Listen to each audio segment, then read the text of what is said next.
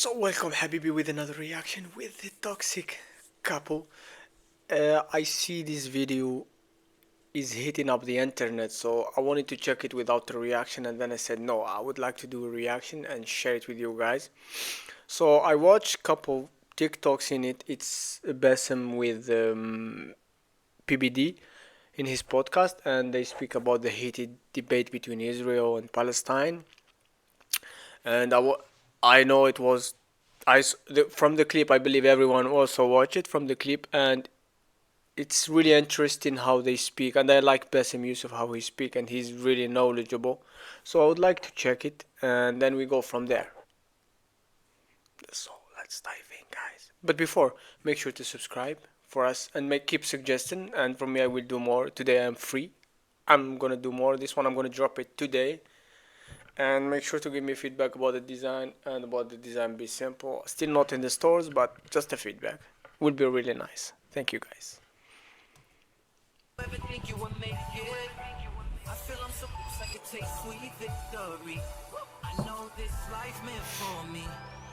Yeah, why would you bet on Goliath when we got Bet David? Valuetainment, giving values contagious. This world of entrepreneurs, we get no value to haters. How they run, homie, look what I become. I'm the one. So, folks, we're learning different languages today from a very renowned heart surgeon who somehow decided to change. Can you imagine you're a heart surgeon, okay? That's what you're doing for a living, okay? And then all of a sudden, one day, you're inspired to want to be a comedian, okay? Because you watch a guy named Jon Stewart, which we talked about yesterday. He just recently chose to part ways with Apple over them not letting them do shows on AI in China. And so I can just visualize you as a heart surgeon. In the middle of a heart surgery, he's telling all the nurses jokes. And, this one we messed up. Oops. This one's gone. It's not going to work out. You don't need this. You know what? It's just your heart. I want to be a comedian. So, heart surgeon, you would assume you're doing well for yourself. You're making money. You got respect. You've gone to school. Then you take the risk to go be a comedian. And you don't just become a regular comedian. A third of your country is listening to you. You got 40 million, give or take, weekly listeners to your show, and then you're being invited all over the place. And then recently, some of you may recognize him because of the podcast or the show that he did with Pierce Morgan. Yeah, but I will say this one. I will say that I will prefer this one because Pierce Morgan, it was basically clown, just clown. He was clowning him basically. Bassem Youssef was clowning him like he was just making jokes, and we know how Pierce Morgan he is. But here there is the respect. PBD, he gave the respect to the other side and the other side. So, and I saw some different point like from TikTok, and there is a really interesting point. We're gonna get to it later, not now. Later, we're gonna speak and we're gonna share our opinion. What do you think? What I think. In the end of the day, it's just my opinion when I say what I want and I say what I feel.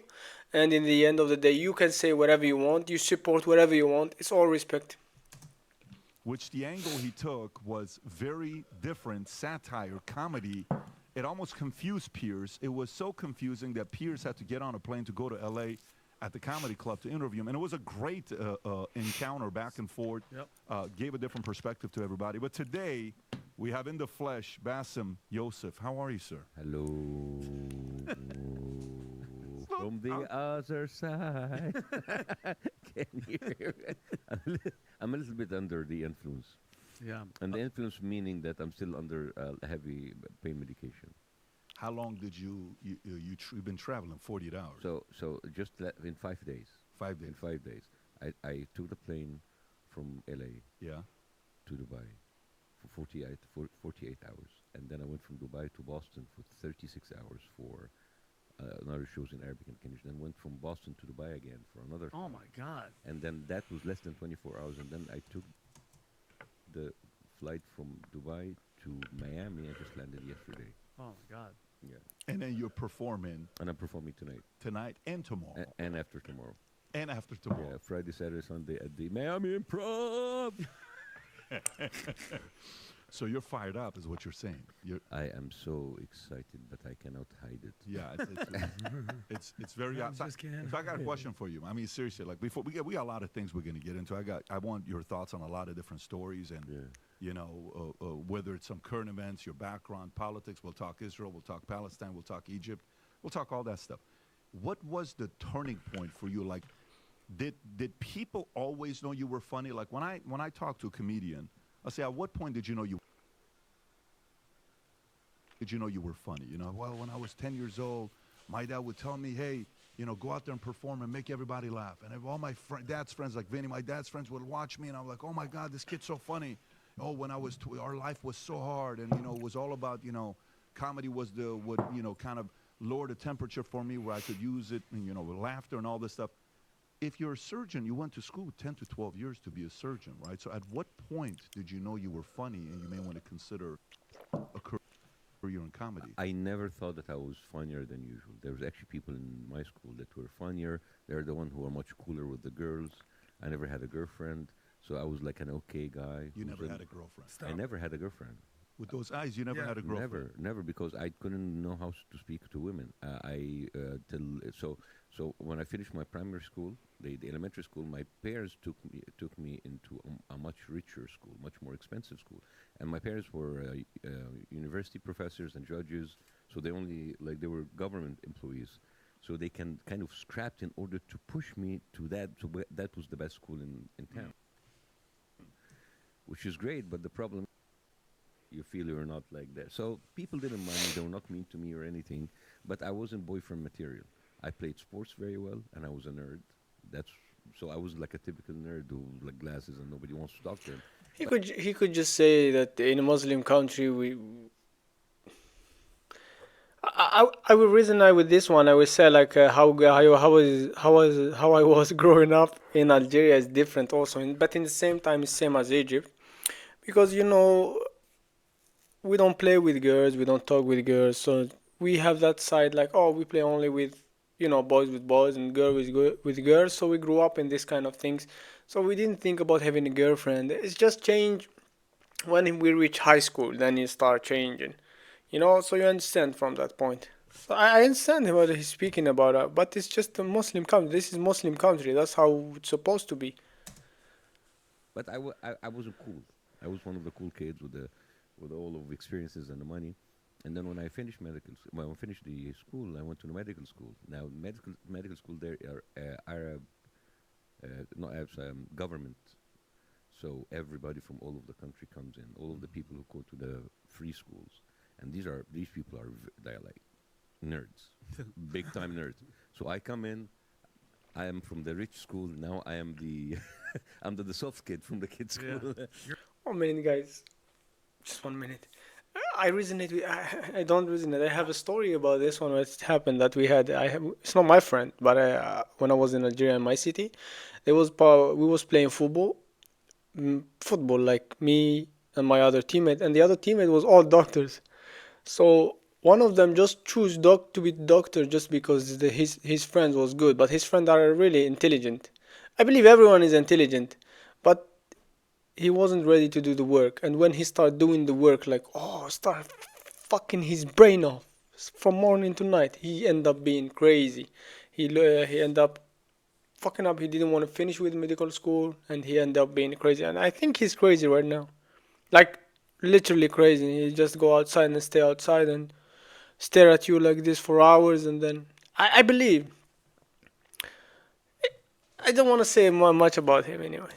You're not the elite. Yeah, yeah. So now I'm the elite, and then I always felt that I'm out of place. I never felt that I belonged to anybody, and whether or not you're funny or not, well, there's other doctors who are funny. People make fun in the operating room, but the fact that actually you do a show, that was not even there. So it just took me like 3-4 YouTube videos that I produced it, put it online, didn't think about it at all, and it just like blew up. Wait, but you have to know, like, before you've had glimpses of you make people laugh and get a reaction. No, like, you know how a girl knows she's beautiful. I don't know what it is to be a beautiful girl, but I would assume this girl at 16, 17, 18, 19, 20 years old, she's like, why are grown men checking me out? Why is it that they look at me the way they do? Or a man that all of a sudden you see how a woman looks at you, you're like, you can read a lot when you see someone's eyes, right? You never had a glimpse of people watching you and saying this guy is super funny and likable? I had people think that I'm funny. People think that I'm not. It's just like I was like I'm not. I was not It's pretty wild. out of the range. Like I thought this guy was supposed to be a funny guy, Pat. I'm out of here. No, no. For me, what I mean by this is wild is when the camera's on and you're performing, like you've been doing this your entire life. You know, you've been making people laugh and think and satire. You've been doing that for a long time. Your show was on for what, 3 years? 3.5 years. 3.5 years, and it was the top show. Yeah. Everybody's watching it. Everybody, you're. But it wasn't because of me. The whole idea that I just chose a different direction to make it funny, but also deep. So the people that the crazy jokes, I wouldn't write that. I wouldn't be writing that crazy jokes. It's about the direction and how to utilize these jokes and utilize the direction. So a lot of people come to me like, jokes, haha. I said like, and I will tell them these jokes are not taking us anyway. You're just like, these are circular jokes. But my style was, how can we use the jokes in order to advance what we want to say. So me, I was kind of like the older guy. By that time, I was older. I was 37. All of the kids were like 24. So they were all about like the zingers and the punchline. And it's like, yes, we're going to use that, but in what context? So for me, it's more of like, I'm the manager. I'm telling them like, we need to have the comedy. We need to have it, because there was other political satire show, but they all failed because they were all about like the cheap laughs, the quick laughs. For It was me, shticks versus storytelling. yeah. For me, it was like all about like storytelling. It was like a beginning and a middle and an end of what that segment. What will it be like? How the people would leave feeling about that. So that was me. Interesting. But as a kind of like haha comedy, hilarious. I was not the best one. When you were on Pierce, did you write what you were gonna say? You just kind of said it. You didn't know what you were gonna say. No, I'm a nerd. I write everything. So when you went on Pierce, you were prepared on what you were gonna tell Pierce. Got it. Okay, now this he had makes a sense. chart. Yeah, he had a chart. No, and no, everything. no, but the liner. I'm not talking about the chart. The whole and thing number. about the Homelander, That's what I'm saying. about the Yes. narcissistic psychopath, all of that was planned. All of that was planned. Okay, now this makes sense. Got So it. you're a preparer, is what you would say. You're an over preparation type of guy. Yeah, and the whole thing when I told him like, so how does Israel think that will go on? It's like, well, in order to intimidate the people and make some sort of, well, you just compared Israel to ISIS. So all of these traps, it was prepared. And I what got year it. did you make this transition from the medical field to comedy? That was 2011. 2011. 2011, I was, at that time, I was an attending doctor. I had my master's, I had my MDs, and I passed my USMLE exams, and I already applied to a fellowship in Cleveland. And I was waiting for it, and as I was waiting, the Arab Spring happened. So I made these videos, and I thought, like, maybe I'll put these videos like online or something, and after 1 year, somebody will discover me and get me as a writer on a television show like that. So in 2 weeks it went viral, and then by 3 weeks I'm just getting television offers. Who called you? Who called you first? Everybody, Al Jazeera, Al Hayat, CBC, on TV, all of these like the local channels, and then some of the regional channels starting to call, and then we end up with a smaller television show. They didn't give us the biggest amount of money, but they gave us a little bit of freedom. And then after one episode, we started to wanted to do with live audience, and I did that because I visited the Jon Stewart offices to shadow his team, and I wasn't asking for more, just one selfie with John. But then he came in, it's like, oh, I know about you. Would you like to come on the show? It's like, yes. So he invited me on the show. And then we made a promise. It's like, do you promise me to come to the show if I made it a live audience show? He said, I promise. The year later, he came to my show. That is so cool. Awesome. What year was that you went to see Jon Stewart? I went to see him 2011 and 2012. Okay. He came to my show. So 2011, I'm just trying to understand So your background. 2012 and then 2013 he came. So 2011, the Arab Spring's going on in 2005, 2006. It's going on in Egypt. The Arab Spring started 2011. Oh, there wasn't. Okay, wasn't there an earlier? Okay. No, that's So right. back to Egypt, you had El Sisi. Now you had Mubarak. You had Morsi. All the upheavals going on. No, let in me your let country. me let me give you. So before 2011, Yeah. Mubarak was there. Mubarak was there for 30 years. Yeah. And when I joke about this, like I was like, oh my God, you had a president for 30 years, and I say in the Middle East that's a very short The first term. term. Yeah. And then In Algeria, same. We had the president for 25 years. he, we become so much dumb. Politic. It's not we dumb, but we reach in a point like ignorance. Like I don't know how we were thinking in the moment, but I don't know how the leaders were thinking, how we are thinking in the same. You know that in one we reach 1 year. I swear to God, you can Google it. Sorry, you can Google it. I swear to God, no bullshit about this. 1 year we have a cadre. Cadre in French, it's in French word. It means a poster. We have a poster of the president, and they walk with the poster of the president like he is there, and they put like microphone and like this to the fucking poster. I swear, there is no bullshit about it. I swear. How fucking ignorant we were. Or we didn't just give a fuck. It's like, do what the fuck you want to do with this fucking country. That's why I end up leaving it. It was so crazy. We were so dumb. You cannot speak. But the crazy part is not that we cannot speak. How on earth, the journalists go to a poster and put the microphone like this, and the people walking with the poster like the president is there. And so Mubarak didn't survive 2011. He was taken over by the army, and then they did elections. Muslim Brotherhood won the election. So now it's like an Islamist kind of. It's an Islamist authority. So when someone is on authority, you make fun of them. So of course the Islamists who used to like me now said like, oh, you're doing this because you hate Islam. You're an Islamophobe. We have that things too. You guys have Islamophobe? Yeah, if you make listen, words like Islamophobe, transphobe, racist, anti-Semite, whatever, all of this is used in order to shut down conversation. Sure. So instead of actually trying to have you like, if I say something about I heard this one. or about Islam, political Islam, you can discuss, like discuss the thing or whatever is happening with Israel, what's happening, or you can just shut it down. Oh, you're anti-Semite. That's you're right. Islamophobe. Yeah. And that is like a very simplistic and Conversation killer. yeah. Back to what I was asking. So you meet Jon Stewart. You know, they say that luck is when preparation meets opportunity, right? Like you're studying to be a medical doctor, but obviously you're politically savvy. You know what's going on, socioeconomic. You understand Islam. You meet this Jewish guy, Jon Stewart. You know, we just saw you do the Mark Twain Award, where you sarcastically, you know, poured love out to him. It was a great speech. Describe that relationship. You know, he's a Jewish guy, massive in media. In 2011, 2012, Obama's president. He's still doing the Daily Show. He retires in 2016, right before Trump comes in. Best time for him to probably be there. We all saw what happened on the Daily Show with Trevor Noah. Now he's off. Describe that relationship. What did he do for you? What did you try to mirror with Jon Stewart?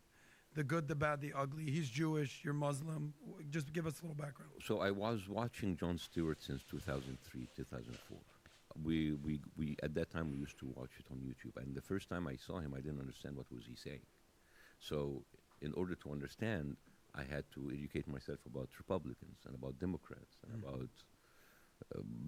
Because it seems to be very funny, but I didn't understand the political context. So for me, Jon Stewart became the source of American politics, and I was fascinated how people can make fun of politics that good.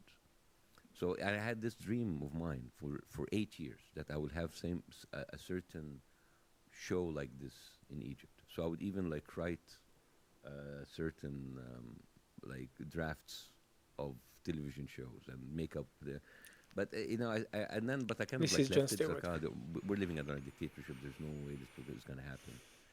And then when 2011 happened and the show exploded,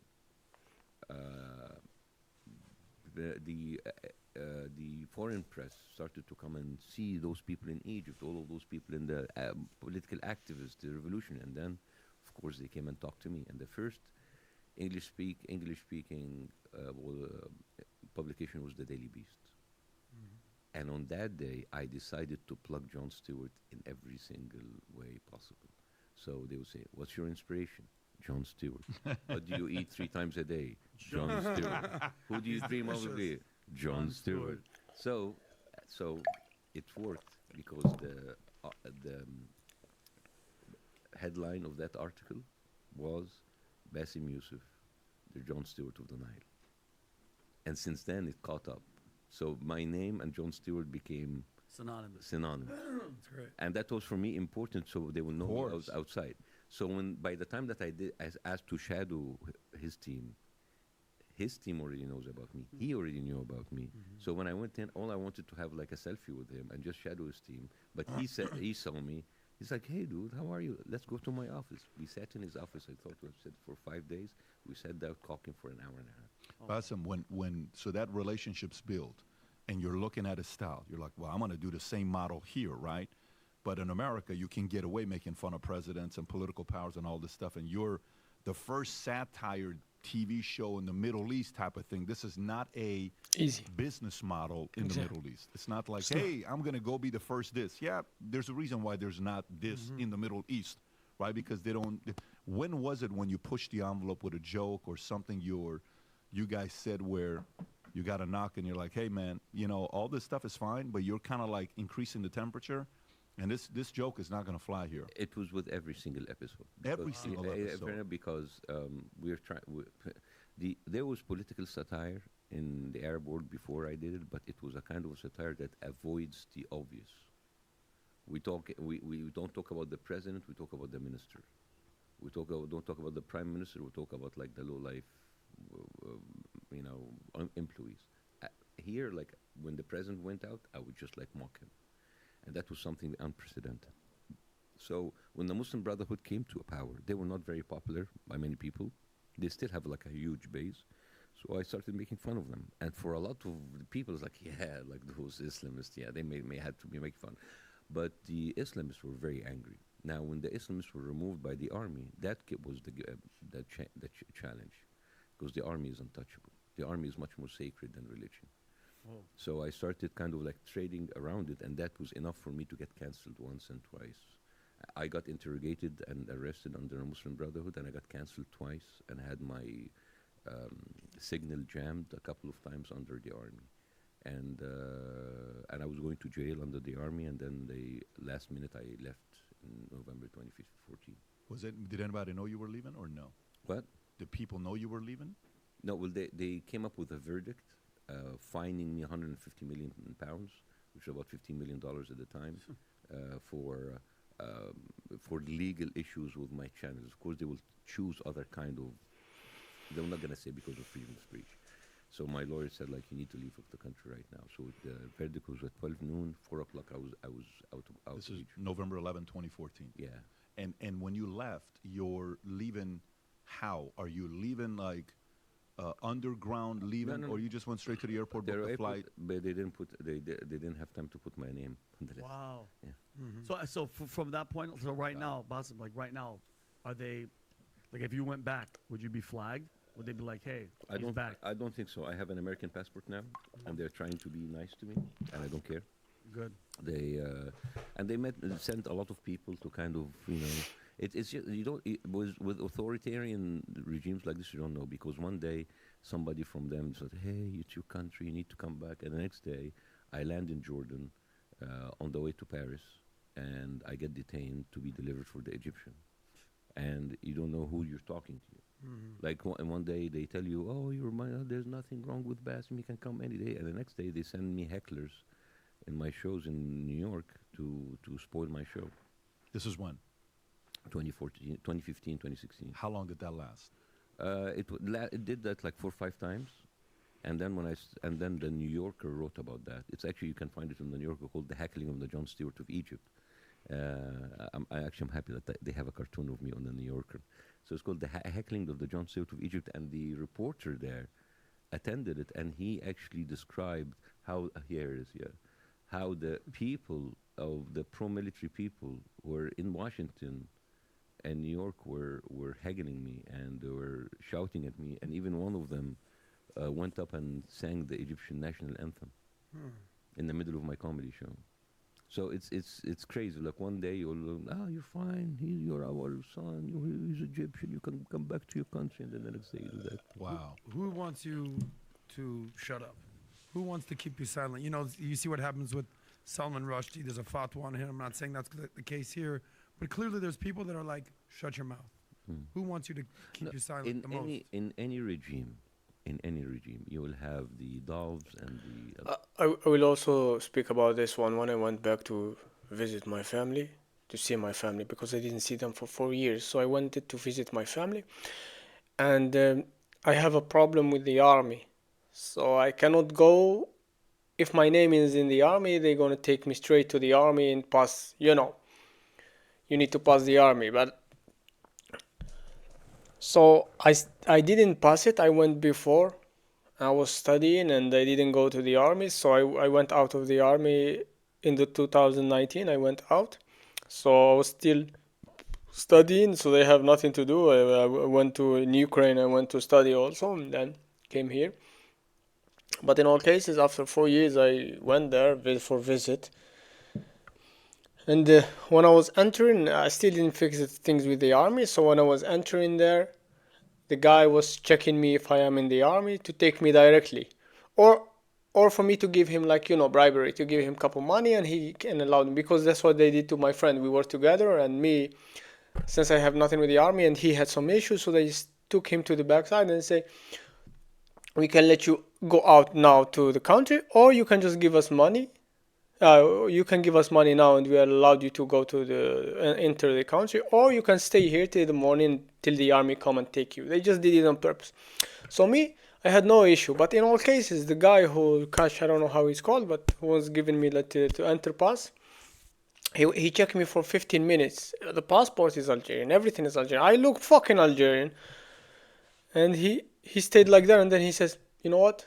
Wait a minute, and he went like this for 15 minutes. He was just walking with my passport. I don't know what the fuck he was doing. He was just walking. And then he come back and he says, I fix everything for you.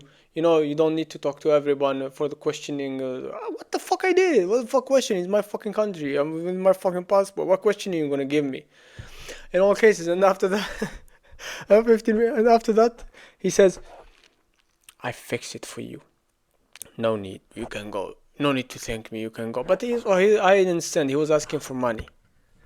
That's how fucked up it is. So I understand what he's saying. the hawks.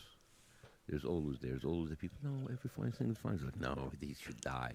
In every single regime, there's always like that. So I think like the nicer people want me back, and kind of like the vicious ones want me dead. But the Egyptian regime under al-Sisi specifically. Yeah. Okay. But you'll find that in any regime, not just Sisi. If it was an Islamic regime, you'll find doves and vultures. Same. But yeah, seems that the doves always try to get me back, and the vultures want to. But at the end of the day, the hawks or the vultures, as you call them, they're going to be the resounding voice in these regimes. Bassem, you come here. You're in the States. You're doing stand-up. You're doing your thing. Are you immediately getting a show signed, working, making money, and No, it was terrible. I came here in 3-4 years of darkness. Yeah, that's what I'm. I tried to do little gigs here and there, and I was not making it. It was terrible. And the problem is when you try to do something here, you already have the massive following that followed me in the Middle East, and then they come and see me doing little things because I cannot come here and just hit the floor running. And one of it is did like some YouTube sketches. I did some stand-up, and I sucked because that I needed to learn something in my second language, and I was not good. Like anybody who's starting anything new, and they would come to my show, and I can see the disappointment in their eyes, and I can very disappointed, and I would like go back for very long crying nights, saying I'm done, I'm a has-been. And it took me some while. Are you married at the time? Like when you came here married? I'm married all through, yeah. Okay, got it. And while you're going through this, have you made already millions on top of millions of dollars that you've saved so you don't have to make money ever again? Like, because you're living in New York. It's very expensive to live in New York. No, I live in Los Angeles. Okay, at the time you didn't come to New York. You went straight to LA. No, I went to Dubai for a few months, stayed with people who helped me, and then I went to northern San Francisco, in Oakland. I stayed with people, and then I moved to a very small apartment in Los Angeles. You don't have money at this time. I do, but they were like dwindling. They were like because a lot of stuff that I couldn't get out of Egypt. So financially, I wasn't doing very well, and I was just like doing gigs, like speaking in universities or whatever. But I said I cannot do go to university, speak, to say the same thing all over and over again. So started to do my own act. So I started doing stand-up comedy, and at the first 2 years, it was terrible. So the little money I had, I went to hire comedians so they can see me perform. I didn't hire them to write me jokes because I knew what kind of story I would tell, but I want them to kind of punch up my style. It's not also about the writing. Mm-hmm.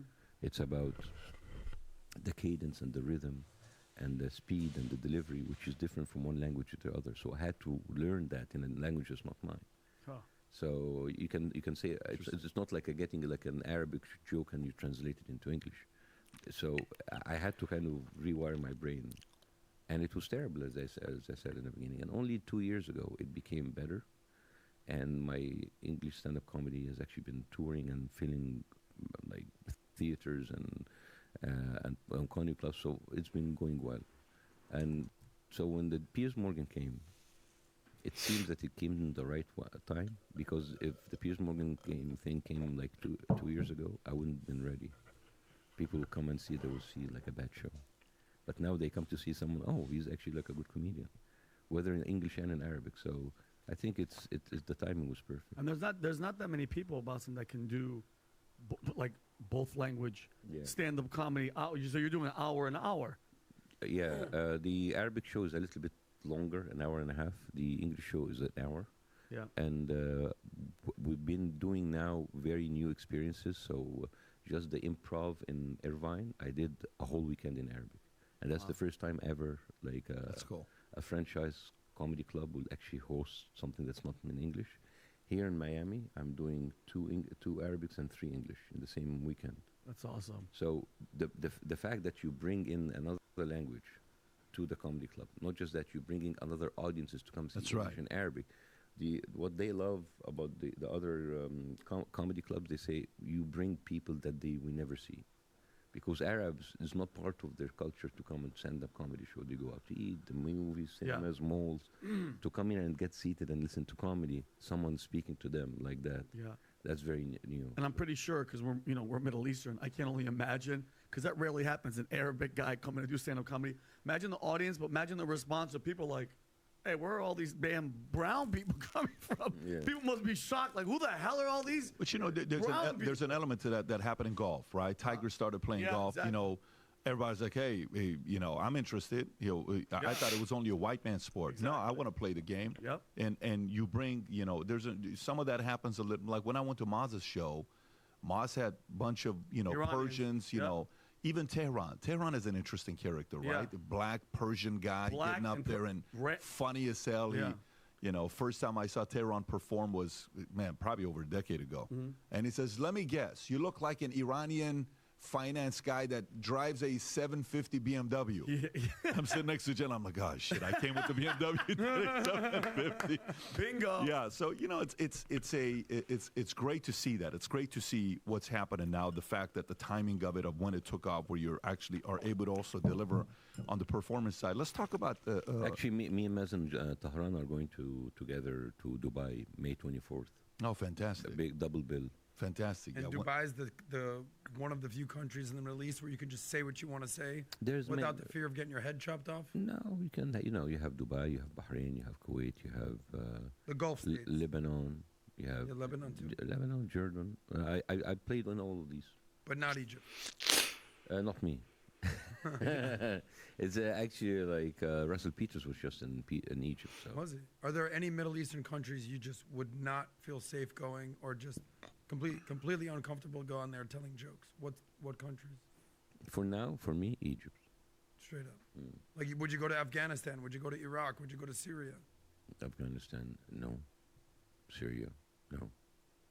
Iraq, no. No. Would you ever perform in Israel? No, You would not. no. Why? They would accept you. I don't accept them. You don't accept Israel, the state of Israel. No, I don't accept them taking care of me getting in. That's no problem. The problem is when you go in Israel, it's not about going in Israel or not. It's that the fact that they really show you a terrible time. You go in the security, they treat you like shit. Really? Yeah, I mean, I've been invited by Palestinians. Actually, I saw a video about an American guy with a big beard. He's Muslim and he wanted to enter. with a passport, American and everything. And I don't know, maybe he wanted to enter Palestine or get out. I don't know. Maybe doing some iskal or something. I don't know what's going on. Or maybe he was entering Palestine. So they took him from airplane. He's the only guy who took him from an. I think they did an iskal, just enter and then they go out. So they took him. The only guy who took him. There is video of him. They took him in the airplane for 4 hours. They interrogated him. He says that they get me naked and stuff like this, and then they took him out. The whole video is. I saw the whole video, but I don't know. Is allowed to go to there. So like, I would go to you, but like I don't want to deal with the border control of Israel. It's just because they humiliate you. They treat And you that's like- because you're Arab, or that's Yeah. because. because they're mad. But they have 20% of their population is Arab. They're not leaving. Yeah, but they're treating them like shit. Not according to them. I've seen them. I've met them. I met them too. I mean, they don't have like you talking about the 20% of Palestinians. I'm talking about The Arab 20% of Israelis are Muslims or Arabs. Yeah. If given a choice to move to any other Middle Eastern country, given the state of circumstances in the Middle East, they would choose 100 times out of 100 to stay in the democracy of Israel. Why don't they leave? Have you talked to them about their healthcare and their schools? Because they're about like 25 Arab cities that they don't have hospitals or schools. They have to take. In Gaza and the West Bank? No, I'm talking about inside Israel. I'm talking about Arabs with Israeli passports, fully fledged Israeli citizens. They don't have a single cinema. They don't have a single hospital. They don't have a single school in their cities, and they have to go to the Jewish states in order to go there. There are many, many, many, many daily microaggressions against the Arabs who live in Israel having the Israeli passport. Even within the Israeli community, you have slurs like Arabi Malukhlakh, which actually that's their N-word. I mean, I can go on and on and on But about slurs are going to be everywhere. In America, where we're all equal, there's slurs. Yeah. Every day I get called a dirty Jew. You think I'm crying?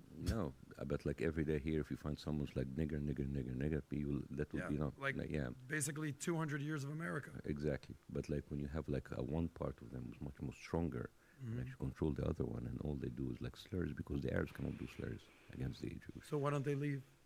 Well, some of them actually because it is basically between like a rock and a hard place. Yeah, the whole idea about like Arabs living a wonderful life, they're living good life compared to other Arab countries, which is a really low bar.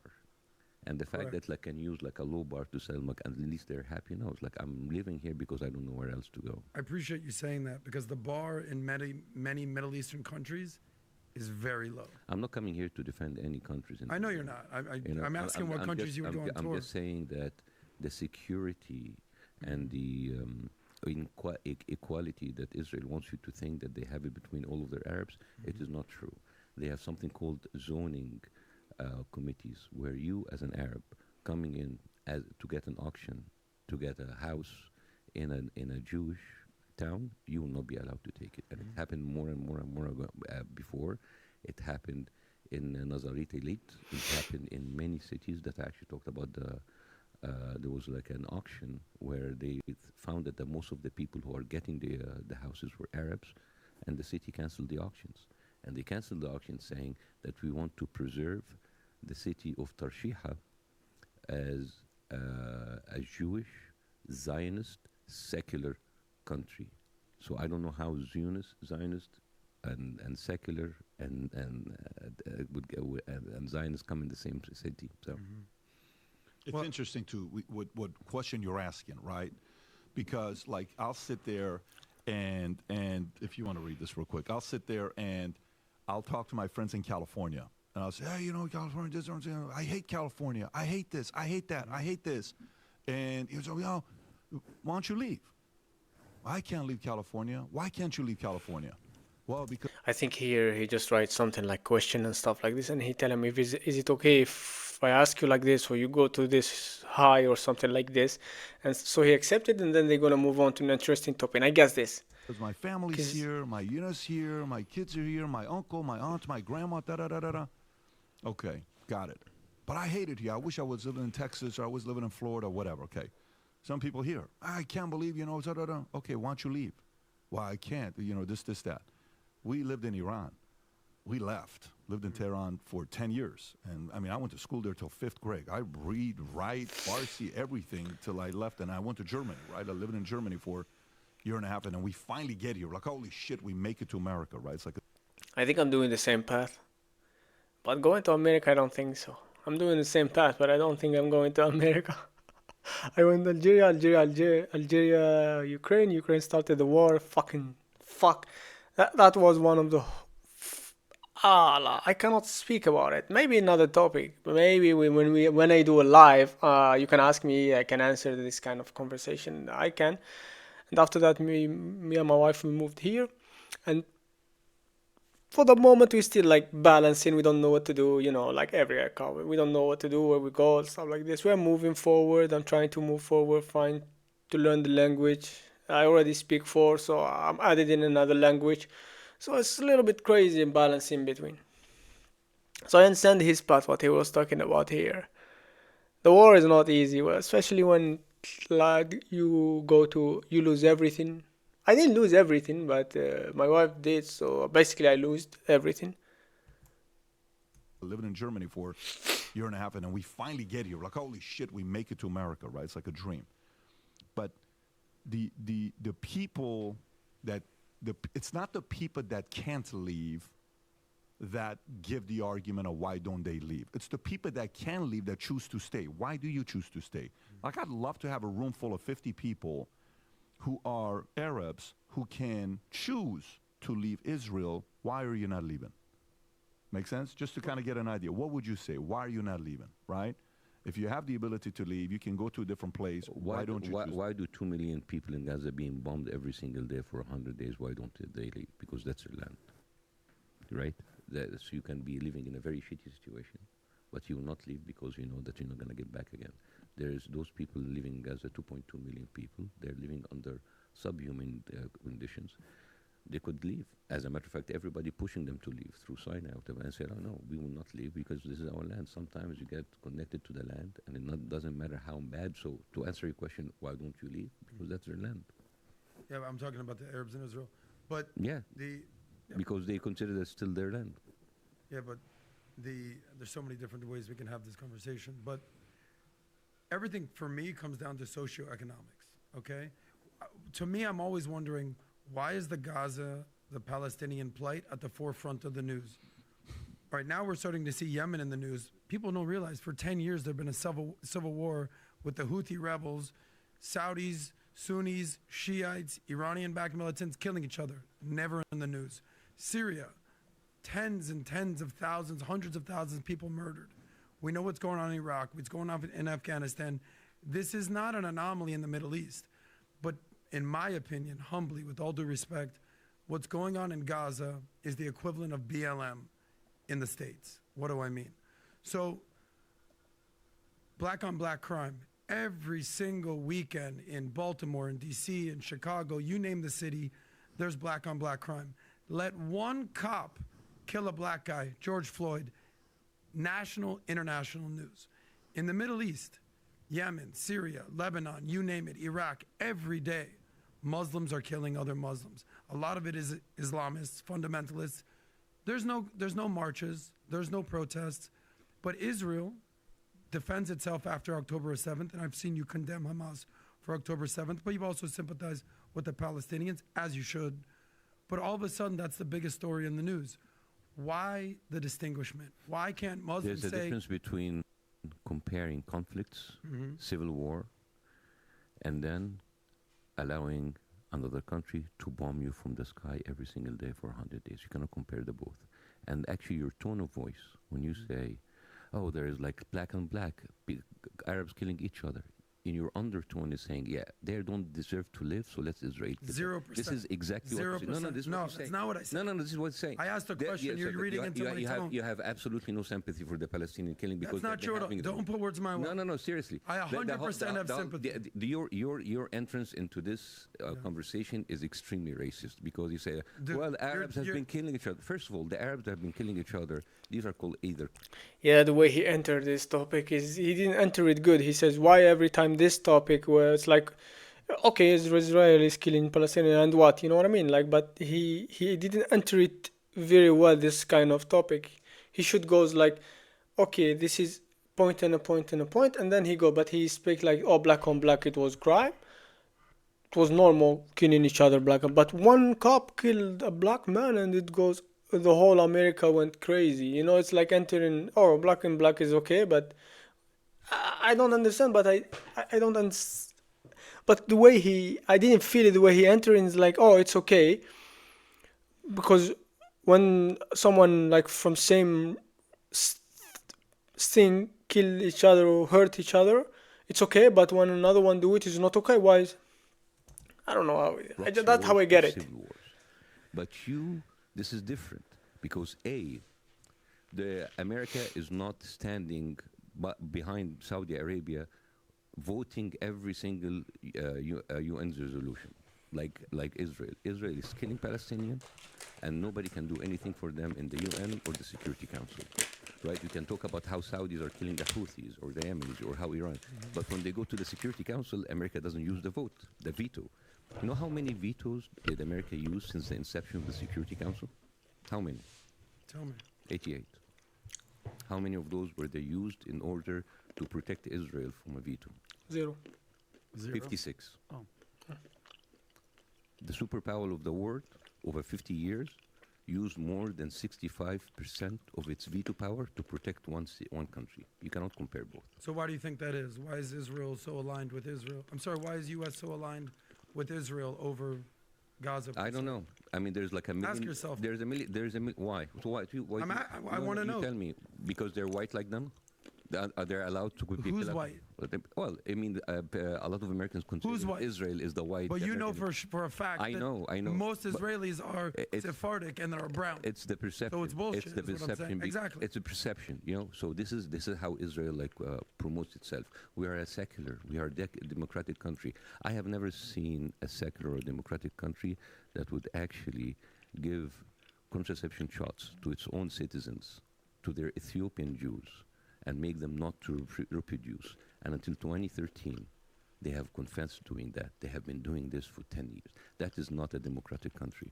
I have never heard a secular country, a democratic country, that would kidnap little kids from Yemeni Jews in 1950 and then take them away and then tell their parents that they die. And they did that in order to instill Semitic DNA in their population. That's why DNA testing is not allowed in Israel. So are you pro-Islam? Are you anti-Israel or both? I'm not pro anything. I'm pro humanity, man. So am I. So am I. It doesn't matter my religion is. I don't care actually, and I can give you 100 things I can tell you about Islamic countries that they do wrong. So but what happens is right now is that the people who are bombing people every single day, they are not Yemenis, they're not Houthis, they're not Saudis, they're Israelis. For 100 days, they have dropped almost 3 nuclear weapons on an open air prison, and all because of Hamas. Dude, if ISIS was already there, you have no excuse to kill 30,000 people. You can't say words like nuclear weapons when it's not true, Bassem, and you know that. The equivalent of 3. No, I can't. So now they're dropping nuclear weapons? That's what you're trying to sell me on this one now? I said like they're dropping the equivalent of 3 nuclear weapons. So how many people have died in Gaza? 30,000 people. Okay, according to Hamas. Obviously, UN gets their number from Hamas. So But do you have a number that you trust? No, I don't have any number that I trust, but I'll take your word for it. I don't think that sounds... So how many? But why? But how many people? hundreds of thousands of Muslims have died in the Middle East. How many people in Israel died in October 7th? According to the numbers, 1,200. But According to who? But the numbers are still being counted. According to whom? According to the IDF. Oh, but I don't trust the IDF. Whether you do or you don't, those are the numbers that we're working with. Well, I'm giving you 30,000 people died, and you said you don't trust them. So who do we trust? That's not what I said. I said according to Hamas. Yeah, but So like whether I Yeah, here he said he didn't say I don't trust them, but he says according to Hamas. Here, believe the when numbers, you say according to Hamas, it's the undertone that you don't believe the numbers. with all due respect, you're missing my point. 30,000, other than the Hamas fighters, because I will stand to kill these people. I hope 0 civilians die. But we know what happens. But they die. Of course. Every day. But let's go back to my initial my- question. my- No. my Let me question is- my let me question ask is my this question. question, and then How you do can take them up. How do you think how many But what civilians about should the die 100? Zero. to stop? Zero. But they're killing it. Okay, but that's not my point, Bassem. My point is this: 30. How many Can I kids ask the lost their question? limbs? Can I ask the question, and then you can have the full response?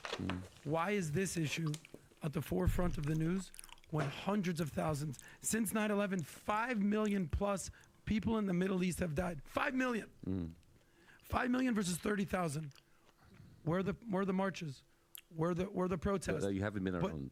No. You just haven't been around. No, but I also read the newspapers. I see what's going on. Because there has But we been see- there has been marches against what's happening in Yemen. There have been massive marches against what happened in Iraq. If you There ask have the been average but the person, difference, they couldn't tell you that there's a war in Yemen. there is a difference. But if you ask the average American, they know what is exactly going on in Israel. Here's the thing. These mental gymnastics, where you want to divert people to other conflicts, these conflicts are proxy wars. These conflicts are civil wars. Terrible, horrible.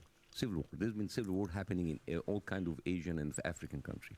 The only difference is that is a foreign country invading another country, like exactly Russia invaded Ukraine, and then everybody is sitting there. All they ask is ceasefire, because one of the people in that conflict is a country that has been financed, given money by the U.S. It is considered as part of the free world because they're secular, because they are democratic, and they are committing war crimes every single day under the eyes of the United States, of the UN, and the Security Council. So- and that is why it is different. Fair enough. So civil wars are totally okay. If it's a civil war, don't look. Those are people just Did doing I their ever thing. say that civil war No, is okay? but you basically equivalized. Let's have a civil war. 5 million people die across the Middle East. Yeah, it is terrible. it's no big because deal. usually the civil war is really supported by like two proxy people, and they're like killing each other, and it's terrible, and they're trying to do it. And at the same time, those people are not just like killing them; they're killing them, wanted to push them out, openly saying that we are going to push the Palestinians into the Sinai. Basically, that is my country. All right. The only people shouting for the river to the sea are the Gazans. Well, Palestine will be free. you know So what does a free Palestine look like? You know what's the difference between regular people in the street shouting from the river and the sea?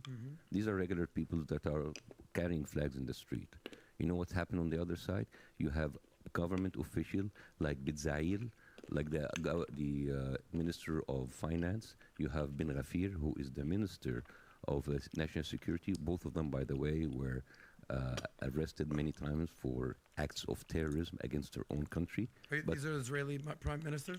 These the minister. Not the prime ministers, ministers of certain. Yeah. So do you mean to tell me that Yahya Sinwar, who's the head of Hamas, or Mahmoud Abbas, who's the head of the PLO, they're not politically saying from the river to the sea? So if we're going to use that equivalence. You didn't even finish making Okay, me. go ahead. So first of all, you are comparing a militant group, a terrorist group, with a secular democratic country. This secular democratic country that I'm telling you about, they have ministers coming up with the map of Greater Israel behind of them, and they openly talk about them, which is, by the way, if you don't know, the Greater Israel map is from the river to the Euphrates, including part of Saudi Arabia, Jordan, Lebanon, and Syria, and of course Palestine. So that is the official talk of the official ministers. So you want to kind of ignore this, and you go after random people in the streets with flags saying from the river to the sea. Don't you see that comparison is a little bit Well, off? it's not just random people. It is Hamas, who is the governing body of Gaza. Hamas? But Hamas the point of a democracy, what do you mean? Hamas, at the end of the day, they're a In militant Gaza. group. They're a militant group. They're ISIS. You don't take them seriously. Militant group. Don't take them seriously. They're the leaders of Gaza, Bassem. They were elected in 2006, and as your joke said, Yeah. a 30-year... 2006, when nobody actually was alive by then. Like now, like people there, how many people were alive? 50% of Gaza was not I alive know. in So 2006. if you did an election right now, they're not going to be the ruler of Gaza. Yeah, but you didn't do an election. That's the point. Why is that? Why is that? Because basically they kicked out Fatah and the PLO, and they're running the West Bank. And Israel didn't put them under blockade and kick the shit out of them. There is an argument to be made there. You think that I'm saying that Israel is completely innocent? Do you think I would say that the U.S. is completely I don't innocent? think you said that the we had a Israeli- debacle in Iraq. We had a I don't think debacle that in you s- Afghanistan. There's no perfect country. There's no innocent country. Listen, this is what you do. And when I say what you do is what America and Israel and all of this, like let's kill them all. No. You've already put words in my mouth. You've called me kill- racist. You're saying that I want to kill everybody.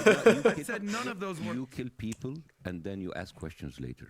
You kill people, you ask questions later. Isn't that what Hamas does? America did. Hamas is a terrorist group. You are comparing Hamas. Every time you compare Hamas, I'm bringing you Israel and America, which are supposedly democratic countries. Hamas and ISIS and whatever, these people are not like good examples, right? I agree. Are good examples. So when you tell me Hamas, all right, fine, Hamas, horrible people. Let's talk about the leaders of the free world. America, they kill first, they ask questions later, and the result, Afghanistan and Iraq. Israel, Disasters. They kill. I'm not going to argue with you on that one. Disaster. Israel kill later, and then the result, what's happening in Gaza and what's been happening to Gaza. There's no justification for Israel to kill 30,000 people right now. And all the thing about October 7th, many of them, can you tell me where are the decapitated babies? What are their names? Can you give me the names?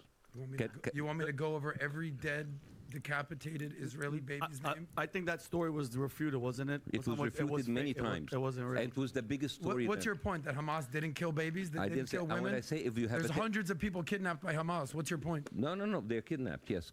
In fact, That you're saying that 1,200 people weren't murdered? If a terrorist group would decapitate people, if terrorist group would burn people, you know what terrorist groups does? They terrorize. They will show them off. Like ISIS, they were burning people in cages. All right? We will not find about the atrocities of rape or about decapitating from other sources, because a terrorist group, by design, terrorizes. They would go in with their GoPro, they will show you the babies that they decapitated. They will not gonna hide others like, oh my, we didn't do it, because terrorist groups does that, right?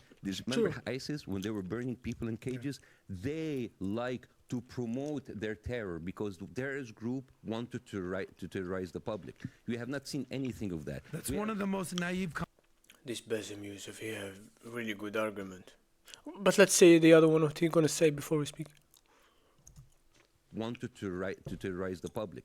We have not seen anything of that. That's one of the most naive comments I've ever heard. We've seen videos, countless videos, of them gang raping women and then blowing their head off while they chop off one of their breasts. We've seen these videos. No, you haven't seen it. Well, are you I didn't see crazy? it. Of course we've seen these You haven't videos. seen it. No. We've seen, You have read we've about seen it. dead bodies littered You have read all about over it. kibbutzes. You have read about it. Okay. And I can Go show watch the videos. And I can, You're and- choosing. This and is I- selective ignorance. Please, who have a video what he is speaking, send it to me, because I really didn't see it. We didn't see this. This is selective ignorance. That's like me saying, if that's like me saying, of course Israel's not bombing indiscriminately. No, they have. And I'm at least willing to own that. And I'm not Israeli, I'm American. By the way, I'm not defending Okay. Hamas. They did But you are atrocities, equivalent. But what I'm saying is all of these like decapitating babies, that is wrong. That never happened. Okay, it was only a few. A few? How many? Dude, I'm not there on the what ground. are their So what's your argument? We have pictures of let's be clear here. We have What's your pictures of every argument single- that they didn't decapitate didn't one say that. baby's head? No. So what are you saying? I said that what the Hamas did was terrible, but it was inflated by things to make it emotional, to think that it's okay to kill all of those people. It was inflated. So it wasn't Yeah. 1,200. Well, how much was it? I don't know. Okay. But So As a matter- Israelis' numbers are inflated, according- 1,200, but the as a matter of 30,000 from fact- Hamas according is to- not as a inflated? matter of fact- You're talking out of as both a sides of your matter mouth. As a matter of fact, according to Israeli survivors, they said that many of these casualties happened because Israeli troops came in and indiscriminately killed everybody, including the hostages. That's the first time I've heard that story. I've been First covering time, this. because you were not covering, because Right. you have not listening to the survivors from the Israelis. On Every morning They have I been read over there. credible sources, Wall Street Journal, Fox News, Fox News. Bloomberg. Okay, Come on, bro. so what are you reading? Hamas.com? Like, where are you getting your sources? Haaretz. Okay, Haaretz, yeah, the Israeli The newspaper. Time of Israel. Yes, of course. I Yeah. read those too. They have actually brought I've people. never heard them say one time that 1,200 people were not murdered. I didn't Not say in that. one paper. No, I didn't say that. Okay. I said many of those numbers that were killed, they were killed because of the indiscriminating interference by the Israeli troops, and many of them died because of... 4 people were killed that way when they tried to rescue the hostages. No, The fact that you're trying to equivocate 1,200 people, You're late in the game. Basser, You're late it- in the game. There was a woman that whose name is Dalia. She came out on an Israeli podcast and she said that everybody in the kibbutz were died. And then we went out and we said that the Israeli tank, the one that fired on the whole kibbutz. This is bullshit stories. All right. You think the IDF is just coming in and then just spraying down kibbutzes? That's like saying American troops are just coming into a conflict here It's called- and just spraying down fellow Americans. It's called the Hannibal. bullshit. It's called the Hannibal Protocol. Look it up. Yeah, we'll look it up. But I think that's bullshit. but I want to. This guy, he didn't do much. He didn't. I will not say he didn't learn. I would say he didn't do much. I don't know how it's called. he didn't get himself. He didn't inform himself. Uh, he's just saying like, oh, it's not bullshit, bullshit, bullshit. But he didn't educate himself. He didn't read. I don't know where he's reading from. Because every argument Bassem is saying he doesn't have any answer for. He don't. He just don't. He don't know what to say. He don't know what he's saying. He's speaking is true from this point, but to be able to speak with a guy like this with a lot of argument and information, you need to teach yourself to study, and then come on the podcast, be ready for it, and then you can debate with him, because I don't see debate now. I see only Bassem Youssef hitting him with argument. I'm gonna ask you a question. So going to that day, all the stuff that we found out since that day, we found out, Rob, that they knew, apparently they had information intelligence for a year that it was going to happen. The day that it happened, apparently all the defenses were down. Hamas got to run rampant for 6 hours. Mayhem. They asked, John Kirby went up, and one of the reporters from Fox asked, how did you guys not see this with all the intelligence? And he said, and I quote, now is not the time. Since October, it's not, what, 3 months, October, November, December. We're in January right now. They still don't know. We saw this thing called the Jericho Wall, where Israel, a leaked document where Israel already had a plan of what to do with all the displaced people. They want to send them all to Egypt and all the countries in the United States. Bibi Netanyahu was on a video saying how he could do whatever he wants in Gaza because Americans are gullible, and he could do whatever on the home video. Bassem, what do you have an opinion on the knowledge, the pre-knowledge of this was going to happen, and the fact that they got to wait, they got to do whatever they want for 6 hours with one of the sickest military, sickest intelligence? Do you think like they knew, they let it happen? How do you feel about? I'm no military expert. Yeah, this one, the first time it happened, I was asking like how it's possible, how they let it in the first place get in for 4 hours. It seems a little crazy for me, and they are too much.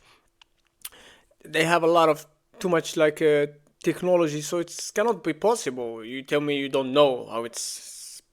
Let's see how this is gonna say about this one. Let it happen. How do you feel about? I'm no military expert at all, but like watching this, the fact that they've been doing this for 6 hours, and this is the most guarded border ever. Mm-hmm. I mean, you can't even have a dog pass by without being shot. And these walls has been tried and tested, and the fact that they get in and they continue, like the wall by itself is 7 meters up, 7 meters down the ground. It's one of the most fortified borders ever. And then you go in, the Apaches didn't even appear until after 6 hours. That doesn't make sense. And you understand like how Israel and Gaza and all of these are like very small. Mm-hmm. These are like very small. This is like a plane can be there in 2 minutes. Mm-hmm. So I don't know. I mean, these are the questions that I don't want to go into conspiracy theories, but these are the questions that the Israeli community has been asking. This kind of failure.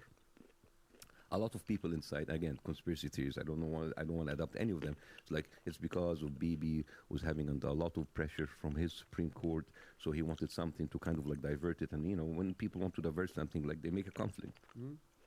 But it kind of like it got out of hand. Mm-hmm. And the fact you can go in, lily-willy, with very primitive weapons and go inside of Israel and come up. I mean, just a year ago, there were 50 Palestinians that were killed by snipers just because they came in closer to the border, and they were like holding flags. Mm-hmm.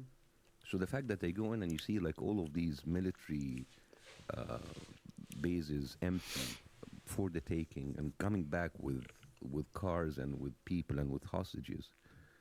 I mean, if I'm an Israeli citizen, I would be pissed. Of course, I want to answer. I would like to have some answers. So I don't know. But Bassem, let's go to the last thing, because for me, I'm curious with solutions, right? Some say, well, this is going to keep happening. It's never going to stop. It's been going on for hundreds of years, couple thousand years. It's going to be ongoing for another couple thousand years. Perfect. Okay, fine. So that's one argument. Now, for the people that maybe are solution oriented and they want to figure out a way to improve things. You said 06, Hamas gets elected because, what it was, but today it wouldn't happen. today, if they do have an election, who controls the election? Because you were a little bit not elusive. You were not clear about why they're not having fair elections today. Who controls the elections? I wish Hamas is not in charge of. I wish the whole thing about the Islamization, Judaism of this conflict is not there, because that is making everything worse. So how do you get the rid whole of idea Hamas? about like putting so much religion on the Israeli side and on the Muslim side? It has actually it is the reason why this conflict is getting worse and worse and worse. It's because now people are like kind of like rooting for the divine, and whenever you put religion in any conflict, this is going to get worse and worse. So the thing is, there is a problem, a fundamental problem for the rights of the Palestinians in the land of Palestine. Now, whether you create a Palestinian nation on the 22% after with using, like Jimmy Carter once said, it would have to have like a two-state solution using Gaza, using the borders of 1967 with modification and land swap. That is and that is what the Palestinian Authority are actually accepting. Hamas does not accept that. And there's other people who does not accept that. And at the same time, people on the Israeli side does not accept that. You have radical people on both sides who want all or none, and kind of fairly moderate people who want to stay in the middle and say, all right, let's have a little bit of a swap. But what is happening right now is the two-state solution is being shot and dead a long time ago. Because even if Benjamin Netanyahu, when he came out and he bragged about how he have spoiled the Oslo Accord and how Americans don't care and we have manipulated them and 80% of America are with us so we can do whatever they want, the hell we want, even if we can kill as many Palestinians as possible. And he was there on camera. When he does that and there's no repercussions, I don't think it's... Did he really did this on camera? No, I was never in politics. I never understand politics. I was never searching for politics. But there is things that they are not hiding. They are simple in front of us. We can see them. We can hear them. Maybe in one point we all watch these kind of things, but we don't pay attention. How? Why? I don't know.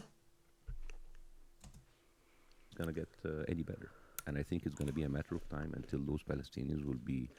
If it's not today, it's not this year. It's the year after. All of this Gaza will be cleared out, and the Palestinians will be pushed into Sinai, and Israel will take it over. And it will not stop like that, because if you put 2.2 million people, put them in Sinai, that will be a security threat, because those people will have an open access to the sea, and they will have weapons, and then they will want to avenge what happened to them, and they will go in and attack Israel. And now it's going to have a dual problem between a group of people, between Israel and Egypt, and that will not get any better. So I'm just like telling you, I'm not very optimistic. Israel, Gaza is in the end, West Bank is in. But what will happen? Because if you don't have justice and you don't have people what they want, they are just like people are going to get justice in themselves, and then they would be called militant terrorists, freedom fighters, no matter how you call them. But it's not going well. So, regarding Gaza, and I'm trying to come from a solution-based approach here, to be honest. At the end of the day, everything comes down to money or security. You need that? Everything comes down to money or security. So, You just got to pull your shirt up. hold on. Oh, what's going on? It's a heater pad. He's got a bad back. Let's get his back right before I ask this question. Hook up the shirt. That's how we played massages. We got a masseuse coming in the house. Well, thank you guys, because I'm really in pain. I can't even. Well, you've been traveling for how many days? We have what is called unreasonable hospitality. Yeah, Pat doesn't play. While we're having a friendly debate, we're going to make sure that your back's. All right, so Okay, go ahead. Solution for Gaza. well, go look, for it. Yeah. Israel wants security, and Gaza, many countries in the Middle East need and want prosperity. Okay? Israel's whole thing, their whole contention is, listen, we just can't have another October 7th, period. And we're going to do everything to protect our citizens.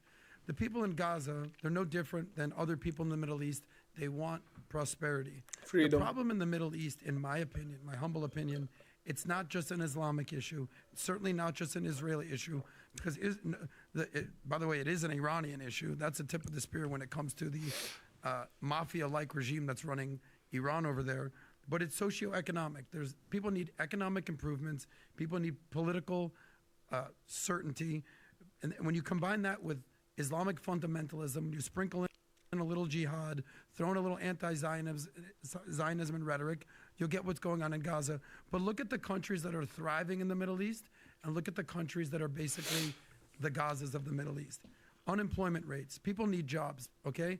If kids don't have jobs, if youth unemployment is skyrocketing, what are these young people supposed to do? The highest unemployment rate in the Middle East, Jordan, 23%. Palestinians right next to them, and also at 23%. Then you have Sudan, Libya, Tunisia, Lebanon, Iraq, Yemen, Afghanistan, Tunisia? Iran, Morocco, Syria, Turkey, Egypt, all above 10% unemployment, with Algeria is not here. the exception of your country of Egypt, 7%. Every single one of those countries, political upheaval, especially what's going on in Iraq, Afghanistan, Palestine. But did you notice that all the good countries, high unemployment rate, low unemployment rates? Qatar, 0.3%, one of the richest countries on earth. They just had the World Cup there. Richest country in the Middle East. Bahrain, 1.9%. Israel, 3.3%. UAE, 3.4%. By the way, the UK's unemployment rate is 3.5%. So UAE is better than the UK. Kuwait, 3.7%. Same as the US. Kuwait is good. When people don't have jobs and they don't have purpose and they don't have meaning and they can't work and they can't basically have political economic sustenance for their family, they're going to resort to violence. That's why every single one of those countries that is 10% unemployment, those countries are, as Trump says, shithole countries. But all the nice countries, Qatar, UAE, they're all thriving. So it's not an Islamic problem, it's an economic problem. Now, if you want to talk GDP, just for my last point, the countries with the lowest GDP per persons, those countries are disasters. Afghanistan, you know what the average person in Afghanistan makes a year? $350 a year, Afghanistan. Syria, $420. Yemen, $650. Sudan, $1,100. Morocco, $3,400. Palestinians, above any of those guys, $3,700 a year. Lebanon, $4,000. Egypt, $4,200. Conversely, every single rich country has zero problems. Qatar, GDP, $87,000. Better than the United States. Better than the United States. Israel, 55,000. UAE, 54,000. Kuwait, 40,000. I can go on and on and on here. The bottom line is this, what I've seen in the Middle East, it comes down to socioeconomics. Then you sprinkle in a little Islamism in there. Why is every rich country in the Middle East have no problems? But all the poor countries are suicide bombings, terrorists. Gaza had the opportunity to invest billions of dollars into infrastructure. In what? Into infrastructure, How? but they built tunnels and bombs. But my question is, No. here's my No, here. You're wrong. Gaza has not built tunnels and bombs. You're wrong. You said like as if there was like some sort of a prosperous source of economy, and all of Gaza said took that and put it on in tunnels. What you're missing here is Gaza since 2006 is under blockade, and even the medicine, even the water, even the electricity is controlled by Israel. They don't have I'm not open- asking you about Gaza. I'm asking you about No, the Middle I'm- East. To I'm be ge- clear, I'm- no, you I'm- want to focus on Gaza and then you want to turn it back on Israel. I'm asking you I'm specifically. sorry. Let's not why- talk about Israel if that will make you a little bit nervous. we Do you wanna can talk about Israel you for the wanna next talk 2 about hours. Other countries in the Arab world, so we can prove that Arabs could be bombed at any time because we're fucking poor. No, that's not what I'm saying. That's exactly what you're saying. No, it's like they're just like poor people killing each other, and we're just like there watching them. No. I'm sorry that, dude. I like you, but seriously, your undertone is fucking racist from the beginning until the end. You are looking at those people as lesser people who have made bad choices, and because they are poor, they are okay to be. I didn't notice what the fuck he just said to him. As the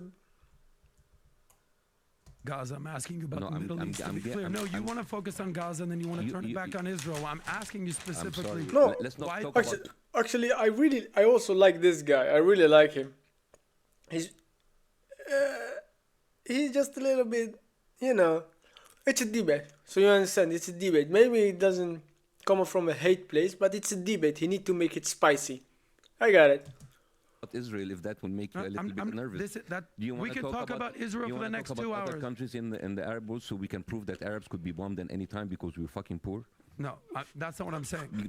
That's exactly what you're saying. No, it's like they're just like poor people killing each other, and we're just like there watching them. No. I'm sorry that, dude, I like you, but seriously, your undertone is fucking racist. From the beginning until the end, you are looking at those people as lesser people who have made bad choices, and because they are poor, they are okay to be fucking bombed by Israel. Okay, this is the third time you've used the racist word. I've never said that once about you. Your undertone is very, very, very offensive. So when I read stats, yeah, you don't like my tone when I read stats? You read the stats basically telling people, like, you see, because they're rich, they got this to themselves. The rich people are better, the poor people are okay, so we can have to kill them every now and then. That's not what I said, and you're putting words in my mouth, and it's actually super disrespectful. I'm reading stats to you. I'm saying, how can we uplift the poor countries in the Middle East? How can we turn... the blockade. That's number one. No. I said the Middle East, funny guy. Remove the blockade. I said the Middle East. You're talking... I don't understand how they say how we can move on. In the first place, how you can lift up is just not to enter it in the first place. Leave it like it was, like Libya was before. It was good. Even Libya, search for the stats. Libya, all of them, there was no homeless in Libya. There was no homeless in Libya. No homeless, like literally no homeless. Educated, so much high for someone from Libya want to study in America. The Libya government gonna pay for it. Search for the stats, guys. Search for the stats. For you to say how we can uplift it is basically you need from beginning. Don't enter it in the first place. Talking about Gaza, I'm naming all these countries that are thriving: Qatar, Bahrain, UAE, Israel, Silicon Valley of the Middle East. What can be done with the countries that are quote-unquote shitholes? Okay, give me a country like a shithole. Give me an example. I'm looking at the unemployment rates in all these countries. Give me one country. Afghanistan, Okay. Syria, Afghanistan. Lebanon. Why Afghanistan became a shithole country? Because they endorsed the Taliban. They did. Yeah. Isn't that a little bit of a reductive way to tell history? Because at the beginning, there was no Taliban, and then the Soviet Union came in, and then America came in, supported the Taliban, make them bigger than they were, and then at the end of the day, they support. If you remember Rambo 3 was supporting the Taliban, so Taliban was really cool, and even they were even hailed by right-wing Christians as freedom fighters, anti-communists. And then what happened? America, some people like the Richard Wilson Wall wanted him to come in to put some schools. That no. We spend all of this money on weapons. We don't need to put them schools. What happened? Taliban flourished, all because of America interfered, made it shitty, left everything. Taliban flourished, and then America went in again, spent. They entered in the first place. Two terrorism laws made it even worse. So when you tell me like a country is not surviving, it's not because they're bad people. They don't. You have to come into the root cause. Every single country that you said, I can bring you the root cause of how America and the West has fucked this country to become. Go to Syria, go to Lebanon, go to there. Yeah. Bashar al-Assad, killing his own people, gassing his own people. Tell me what that's Americans' fault. Who's he supported? Who is he supported by? That's the whole problem in the Middle East. Okay. You have Sunni, you have Shiite, you've got Houthi rebels, you got every single country in the Middle East. It's a quagmire wrapped in a riddle, and then surrounded by Islamic terrorists. Every single Middle East. Figure it out. Bashar Hussein is not. You cannot really. He's not a Muslim. Bashar Hussein as an Islamic terrorist. Yeah, he's not. Yeah, because he's fighting ISIS, which we're funding ISIS to fight against Bashar al-Assad. Who's funding ISIS? You tell me. Qatar, who's actually funded by the United States. All right. So you don't understand. This is how complicated. I do understand how complicated it is. People in the Middle East are either supported by Russia or supported by America, and they're fighting each other. So at the end of the day, you have people who have come to power because they have been supported by one of the superpower, and they're fighting against each other. Yeah. You know, you have the Hamiditi and you have the army in Sudan. Each one of them is supported by external powers. So it's not about like the Islamization of them. It's not about the economy is bad because at the end of the day, these are warlords who are fighting against each other. But to reduce that, why can't they just like make some money while you completely ignore the power of the international powers that are involved into that? Like, for example, the country like Mali. Mali is like very, very restless. And the reason Mali is restless is that Paris is there and it's putting up like some sort of a puppet president, so Paris can continue taking its share of gold and put it into its coffers. So it's much more complicated than just selling Islamization or non-Islamization. All of these power of play, you just gave me a Taliban, and I give you the reason why America did that. Saddam Hussein, right? Saddam Hussein, he was the baby of the United States administration, and then he went in and he invaded Kuwait. Who gave him the money? Who gave him that kind of power? All right, it has been going on Oh, forever. I didn't know that. This one I didn't know it. This one I really didn't know it. The superpower are using the smaller countries, and they are controlling their own leaders in order to go fight each other, because at the end of the day, it works for them. No, Yeah, I there's know him. I'm in full agreement with you that that's a mystery wrapped in a riddle, wrapped in a quagmire, what's going on in the Middle East. And I'm in full agreement with you that there are proxy wars all over the Middle East, no doubt. But the tip of the spear that's funding all the chaos, Pat has said that this is the year of chaos. The tip of the spear with the chaos is Iran. And It's not Iran. Is it Iran? I don't know. I need to make some research about it. But I just wanted to say, like, how on earth we reach this kind of... you see people celebrate in 2024, like, with the firework and, like, oh, happy, oh, New Year, and you see all this, like, wars. Like, how on earth we reach on this kind of, how we are living in this kind of area, like 2024, and we still have wars, no peace, some country, no food, no water.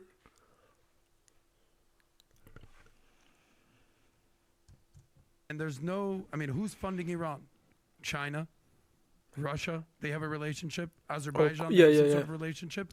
This How one do I you didn't deal know, with though. Iran? Because Iran's Let's bomb. greatest export. Let's bomb it.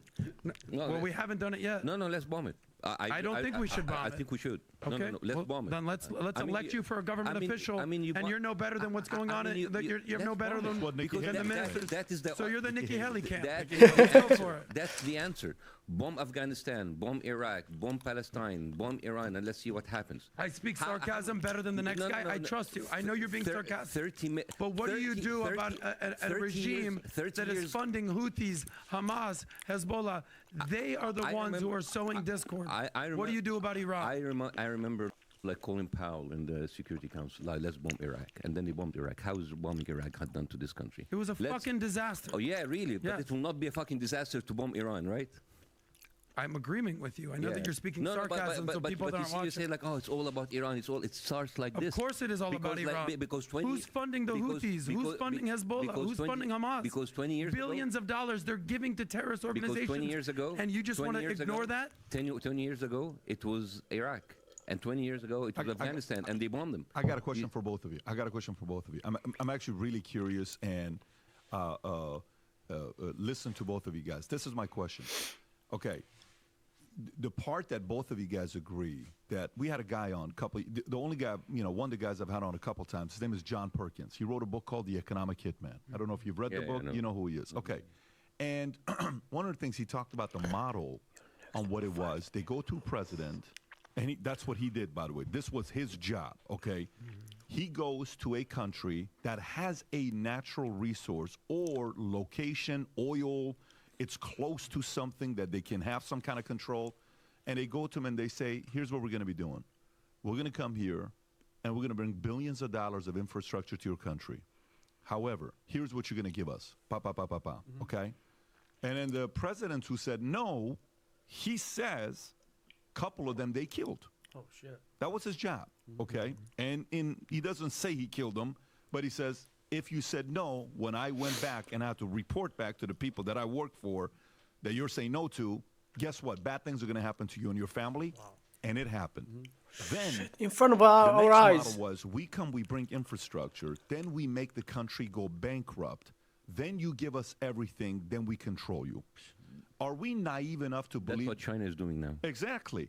But pre-China, we did that. America did that for a and long others time. have done that, and Russia's done that. Other people, course. and UK tried to do that to Iran, and then later on, eventually, UK, US, Germany, France, these guys got rid of the Shah because, coup and all. The people have been involved with economic hitman for a long time. Here's a question for you, Bassem. Here's a question for you, Adam. Okay, so we both agree that that's going on. Okay. We both agree that that's been going on for many decades. No one can even dispute it nowadays. But now we're in this shithole.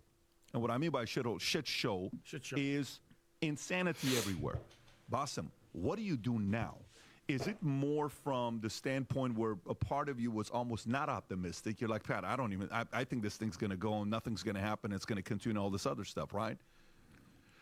What do we do now? We were told during 2015, 2016, when it was a debate between Hillary Clinton and Trump. Yeah. Mm-hmm. And what were we told? If Trump becomes the president, war is going to happen. This is what's going to happen. So everybody, we're all like, oh, shit, it's going to be pretty bad. This guy's going to have do you really want this guy to have the finger on the button? Okay. He goes in. ISIS disappears. There's no war. It's quiet, low-key. Everything's true. Good. Boom, boom, boom. And then, and then boom. Biden gets elected. He's going to be peace. He's going to bring everybody together. He's going to bring this. He's going to... Then he comes in, and then next thing you know, Afghanistan happens within months. $83 billion of equipment being left. Then you got Ukraine, Russia, and then you got this. And then there's a bunch of guys, economists, that are talking about, this is China's year to try to invade Taiwan because Taiwan's got an election coming up. Yeah, I was happy in Ukraine. I was really happy in Ukraine. People enjoying life. We going to work. I wasn't partying, but in all cases... We go for walk, we visit. I was happy in Ukraine, like normal. People making money there. It's a shit show, basically, is what you're saying. Yeah, now it's a shit show. but the point is, like, there's so many contradictions in politics as well. At a point like this, Bassem, where mainstream media is not going to tell us the real story because they're maybe not even getting the real story themselves on what's happening behind closed doors. What do you do today? There is one of the most advanced military armies in the region, in the world, supported by the West, supported by America, have voting, like, they're diverting their vote all over, and they're killing people for all that time, and nobody is doing anything for Who are Israel. you talking about? I'm talking about Israel. Okay. All right? So the killing has to stop. And I'm not talking about Gaza. I'm talking about what they do in the West Bank. Every single day in the West Bank, all of these people are being killed in the West Bank. And there's no Hamas came out from West Bank to do the 7th of October.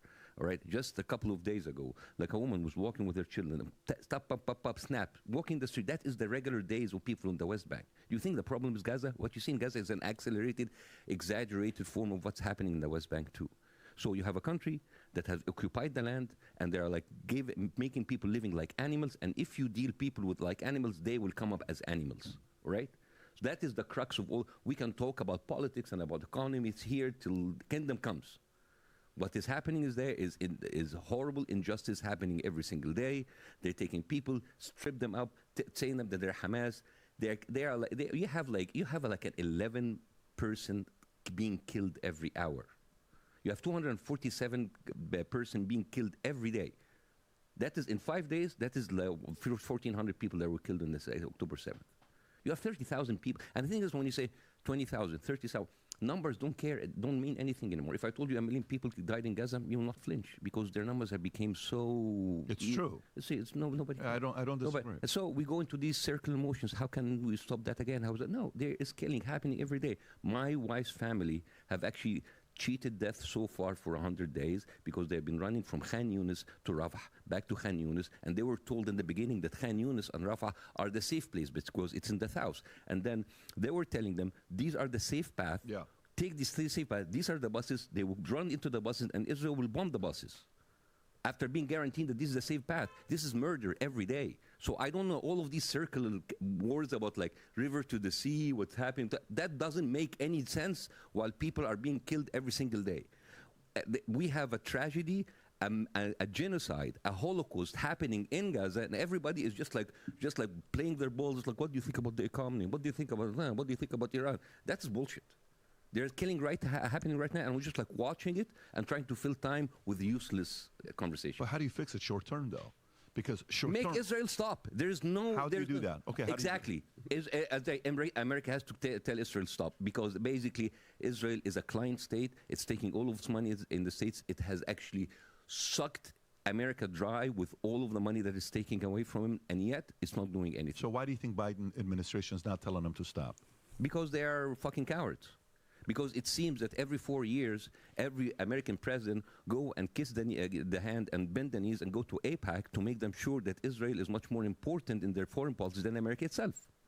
And the only one who did not do it was Bernie Sanders, the only Jewish American candidate who refuses to go to AIPAC.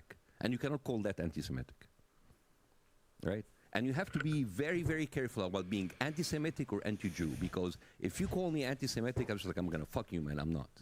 Like my idol is Jon Stewart. Bernie Sanders, I voted for him for presidency. Is this whole thing about like using anti-Semitic and Islamophobe and all that you can do and transphobe to shut down the conversation? It's bullshit. You have a murderous country who have lied to the international community, who have actually neutered its own Ethiopian women because they didn't want black people to reproduce, who kidnapped Yemenis Jewish people from their parents, who have like countless atrocities, who even have zoning laws like Jim Crow. It's like, what are this? This is like a racist country that is supported by the United States, and it's killing. And you know, it's fine. There's a lot of racist country, horrible people. But I've never seen a country killing 30,000 people within 100 days. This is 10 times the number of Ukrainians being killed in Russia in 2 years. It does not make any sense. And about nuclear weapons, yes, they have calculated it. Right now, they have calculated the number of weapons that have, by the TNT, they have like three nuclear weapons in a very, very small part. So it's really about the killing. Stop the killing, and then we can talk. Yeah, but that's okay. So that's that. Now let's not stop the killing. Let's talk more about circle stuff that doesn't make any sense. What I'm saying is, Biden. No, I'm asking the question to say, we're so in too deep that the amount of parties involved is not as simple as stop the killing, because you know, the only way this works, and I know you're a diehard President Trump fan. I know you're a big fan of his, and you campaigned for him and all that stuff. I've heard you getting up there. You open up for him all the time, which is beautiful. Oh, I love Trump. He's my favorite. So let me ask you this. Let me ask you this. Why do you think, sometimes you sit there and you say, man, I can't stand that person. That person is da-da-da-da-da-da. And then, shit, maybe am I wrong myself? Maybe that guy's not as bad as I think that guy's. Fuck, there's no way in the world I can say anything good about him. No way. If I do, God forbid if I do, right? Okay. Do you think, like, every family, has that one tough guy in the family. And when that person is alive, nobody does anything stupid. Do you know what I'm talking about? Every family has it. You have it. I have it. We all have it, right? It's an uncle. It's a grandfather. It's a father. It's somebody. Is the bully? He's not the bully. It's not the bully. It's the guy that doesn't allow the bully to bully. That guy. Okay. It's the guy that does... protector. You mean. Yeah, it's like the protector. It's kind of like you don't want to wake that guy up. Like, that one scene from Christopher Walken in a movie says, every once in a while, the lion is sitting there, and they come and pull him, and they do this, and they do that. The hyenas are biting his ankle. Every once in a while, the lion has to wake up and tell everybody. Because everybody knows what the lion is capable of. Yes. Right? This is why people put on their house sign that says what? There's a vicious dog, yeah. On the back. Or this house believes in the Second Amendment. Whether they have a gun or not, the person that's trying to rob the house is going to say what? I don't want to go and rob a house that may have a gun in there, right? So that sign avoids conflict. Yes. Why do you think, Bassem, I'm so curious to know what kind of an answer you're going to give to this. Why do you think during Trump there was no war, no conflict, and we were expecting to see World War III under him? Why do you think? I have no idea. And I think because maybe Trump, as much as I don't like him, he was kind of business-oriented. He said, like, I'm not going to, how much will that war cost me? No, I'm not going to do that. So maybe that's the one thing. And that's kind of something to be good on his behalf, although I'm not a big fan. I have a problem with other policies, but I don't think, maybe that's the only thing. But Bassem, what about... Let me stay on that. Go, because I was going to ask a question, too. Because, okay, on the spending side, it's going to cost us money. He's a business. That's an interesting perspective. But, okay, how about this one? How about the fact that, he says, hey, you have a button, I have a bigger button. Hey, you do this, I know exactly where you are right now, and I can destroy you. I would much rather not. How about the fact that he put the fear in people that wanted to bully and take advantage of other people, so nobody did during his. Maybe, but you also have to remember that COVID came in right in the middle. That was of 3 years later. That was three. No, years. that was actually 2.5 years later. Yeah, but you know, The first 2.5, or still, if the COVID came, that's even a bigger opportunity. But I have no clear answer. I'm the only thing is like, oh, this is gonna cost us money. I don't want to spend money. But you know what though? You're a smart guy and a reasonable guy, because for me, like if I were to sit there and say, what did Clinton do? I voted for Clinton. The freaking last time we had a balanced budget, him and Newt Gingrich worked together, right? Mm-hmm. So, what did Reagan do? Reagan and Tip O'Neill would go have beer together afterwards as two Irishmen. They would fight throughout the day, but at 6 o'clock, they're at the bar sitting there having a drink together, right? You don't have to like the enemy or somebody that maybe policy-wise you disagree with. You may say, I don't agree with them on pro-life, pro-choice. I don't agree with them on blah, blah, blah. I don't agree with them on this. But holy moly, the temperature was super low during Trump than we have today. Everybody that was talking about Biden's a sweet man, he's a unifier, he's this, he's that. Dude, we got it's almost a World War III. Categorically, we can't say it, but there's a world going on right now. Because he's supporting Israel. But so did Trump, though. Yeah, but Israel didn't do the attack during Trump. And you know what Trump said about Netanyahu? Did you hear what Trump said about Netanyahu? Right. Can you pull up a clip about what Trump said about Netanyahu, where Trump said, after what happened with Qassem Soleimani, okay, you remember when he took out Qassem Soleimani, who was supposed to be like the next leader, he was the number 2 guy in Iran. He criticized Netanyahu and said he almost didn't trust him because when Netanyahu said he was going to be in it with him, he didn't. So the part about Trump, I heard this one, is he doesn't have a problem Wait, you criticize Netanyahu? Your daughter's married to Kushner. What are you doing criticizing? I don't know if that will be the same if it was like more of a massive military operation that's maybe happening because right it now. wouldn't happen under him. Because like when you kill someone, Yeah. a kind of like repercussion kind of die very quickly. But this is like an ongoing for more than 3 months. So I don't know how would Trump would react. Are you a sports guy? Yeah. What do you like? What sport? Basketball. You like basketball? Yeah. You know what they say, it's like sometimes like these teams like, Baltimore Ravens or some of the teams like even back in the days, I don't know if you're a Detroit Pistons guy or if you're an old school basketball guy or not. A lot of the guys won because their defense was sick, right? They just had a sick defense. Well, you wouldn't come through the middle, or they just were freaking hovering all over. It was so annoying. Yeah, right? like the Jordan rules in Pistons. That's right, the Jordan Rules Pistons, right? So, sometimes, the best way to prevent a war is to have the fear you impose on everybody else where defense where it's like, you know what? We're just not even going to get there. I don't even want to do anything under this guy. Do you think at this point, like, for example, case studies, you've been here since 2014, right? November 11, 2014. So do you think 10 years, you've been here 10 years. I came here November 28, 1990, okay? And you come here like, okay, a senior, Bush senior. All right, Clinton, interesting. Okay, boom, junior, GW, interesting. Okay, Obama, there's a Trump, so now you got so many case studies, and then in life, you sit there and you say, socially, these are the issues that matter to me the most, right? If you and I were to start a country together, if you and I started a country together and we got 10 million people, okay, and we have an opportunity to attract another 10 million people to our country, what do you think the mothers and the fathers' number one priority is to come to a new country? Do you think it's Social Security? No. Do you think it's Medicare? No. What do you think is number one? I would say the S word, right? Security and safety. Let's just say. Okay, security. A woman wants to feel safe around a man. A woman wants to feel secure around a man, right? If the number one word is the S word, especially the last 3 years, do you think a lot of people in the last 3 years are sitting there reprioritizing their top reason to elect a president as somebody that's going to lower the temperature to not have war? Do you think America's kind of there today after all the mess we've seen the last 3 years? I still have hope in America. I still like this country this month. I consider this as my own country. I find it like I found a second chance when I left the Middle East. I think America is actually a great country. It has a lot of potential, and it has given a lot of people, including me, a second chance. So I believe in the idea of America, and the fact that I criticize America, I criticize it like we do. We criticize it out of love in order to be better. Of course. And what I'm worried about is like over the years, America might have lost that kind of lure because it has been dragged more and more by my military industry complex.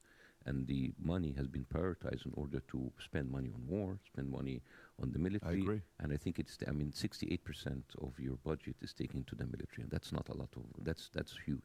And many of these military contract has been exaggerated. In 60 Minutes just shows something that used to cost $30 now costs $3,000, and there's no catch. There's no curb of these prices because they are the one who are making up. It's also crazy here in America. In America, I also heard about it, like the bill for insurance health, for the health in general, for the health. They are really expensive, so I didn't get it this one. For example, for me in Algeria, it's for free. You can go to the doctor for free. Seriously, you can go for free. Not the doctor, but the hospital are all for free. You don't need to pay anything. There is no insurance about it. You just go. Okay, you pay for the medicament and stuff like this. And in Europe, is a little bit different for when it comes to the insurance. The insurance pay the medicament and stuff, and you pay only health and stuff like that. But you pay it in another place. You're working for it, so in another place. It's called taxes. That's right. So, yes, the security is great and all, but security in itself, because North Korea has security, right? It's not about the security. This is education, and there is and the equality and people. Let me answer this. Hang on one second. Chris Cuomo. Mr. Cuomo, we're on a podcast. Why are you calling us? We're in the middle of a podcast. Name dropping. Yeah, I mean, Chris. I'm doing a live podcast with this legendary comedian, Bassem Youssef, and we're having a very friendly conversation about, you know, how his... Honestly, I'm a little confused because he's here campaigning on behalf of Trump, and we're listening to him, and I'm not convinced. I'm just not convinced. Why, does he not have a red hat on? No, he has the shirt on. He's not wearing the hat. He has MAGA shoes on. He's got MAGA shoes on and MAGA shirt on. No, but Chris, I'm going to call you afterwards. We're on the live podcast. I'll call you right after this. Do you think? My man, bye. Hold on, my phone. So, but going back to it. But going back to what I got John Stewart on the line. You're John? so funny. Sorry, guys. I'm putting... Look, the camera is fucked up because I'm using my phone. I still didn't bought a camera. I don't have the money for it. I don't have the budget to buy a camera and to buy a lot of ring light. I don't have the budget for it, guys. So I'm doing what I have. My iPhone camera is so much fucked up. It's becoming slow because of the fucking internet. Sorry, guys, once again. Let me see this. Going back to it. But going back to what I got John Stewart on the line. You're John? so funny. Yeah, I'm here with Bassem. We're best friends. Hold on, Elon. Okay. Elon? Yeah, No, but the reason why I'm asking this question is because, you know, when you're young, your dad's kicking your ass, challenging you all this stuff. You know what? Look at Joey's dad. They smoke weed together. I wish my dad would smoke weed with me. Look at Bobby's dad. They have drinks together. I wish my dad. Look at us. I wish someone. And later on, you're like, dude, I am so freaking glad that guy was tough on me. Thank you. Yeah. You know what I'm saying? Thank you for this. So for me, I'm sitting there, you know, thinking like a lot of people are sitting around saying, well, look, what is the most important, you know, issue for us to sit there and resolve? I think the last 3 years, people are sitting there saying, look, man, we already went through COVID. That was nasty. It divided America. I think COVID, at least 9/11, we went like this. I think COVID, we went like this. I think maybe you agree with that. We went way like this. Your team vax? Your team vax? You're this? I'm team. You do them? No way. Hey, you team them something? There's a mask shutdown or something? It was all like so divided, right? I think Americans are tired. They're tired of the fights with the family and the relatives, and we have to hate each other and all this other stuff. We can disagree on 4 different policies. But guess what, man? I think America is the greatest country in the world. Still, I think it's the greatest country in the world. Does it have a history of some of the stuff they've done with economic hitman? Yeah, it's documented. Did Eisenhower tell us be careful with this military-industrial complex? Of course. Do you know how many military contractors, we had not contractors, where they sold products and supplies, military like General Dynamics and Boeing and all these companies. You know how many of these we had 40 years ago? 50 plus companies. You know how many it is today? 5. The 5 bought the other 45. Wow. So there used to be so much competition. Now it's come like this. It's a monopoly. It's becoming almost a form of a nationalization because politicians are getting so much check from them, the lobbying amount of money they're spending. So they're like, hey, man, we'll start a war. Of course, yeah, we should kill and bomb Iran. Nikki Haley, she sat on the board of Boeing, and no wonder you want another war because these people want another war because they're going to get another contract. That promise was made by Eisenhower as a Republican president that said, be careful with this, where these guys are going to want to go to war.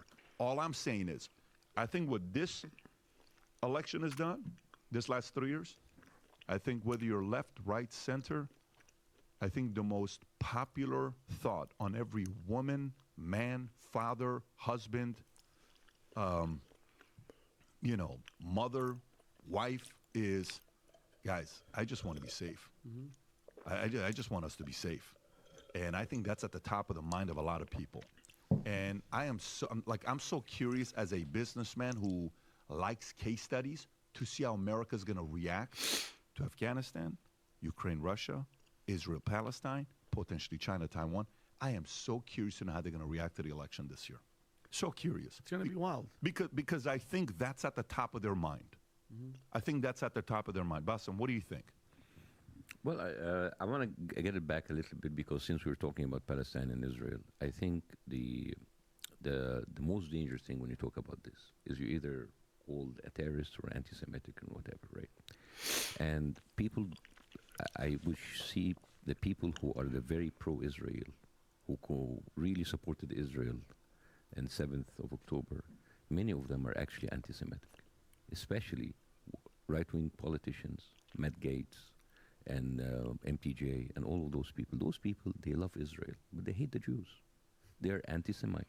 It is very obvious. And this is why you see this dichotomy.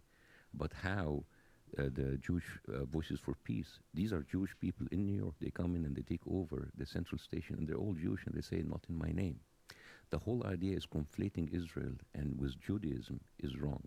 And I think the most dangerous thing that can happen to the Jewish people of the world is to have Israel as their representative, because a lot of Jewish people don't like them to be their representatives, as many Muslims don't like some of those Islamic regimes representing them. Exactly. This whole idea about making it's all or none, no. Israel have actually done a lot of criminal activities that a lot of Jews do not agree upon.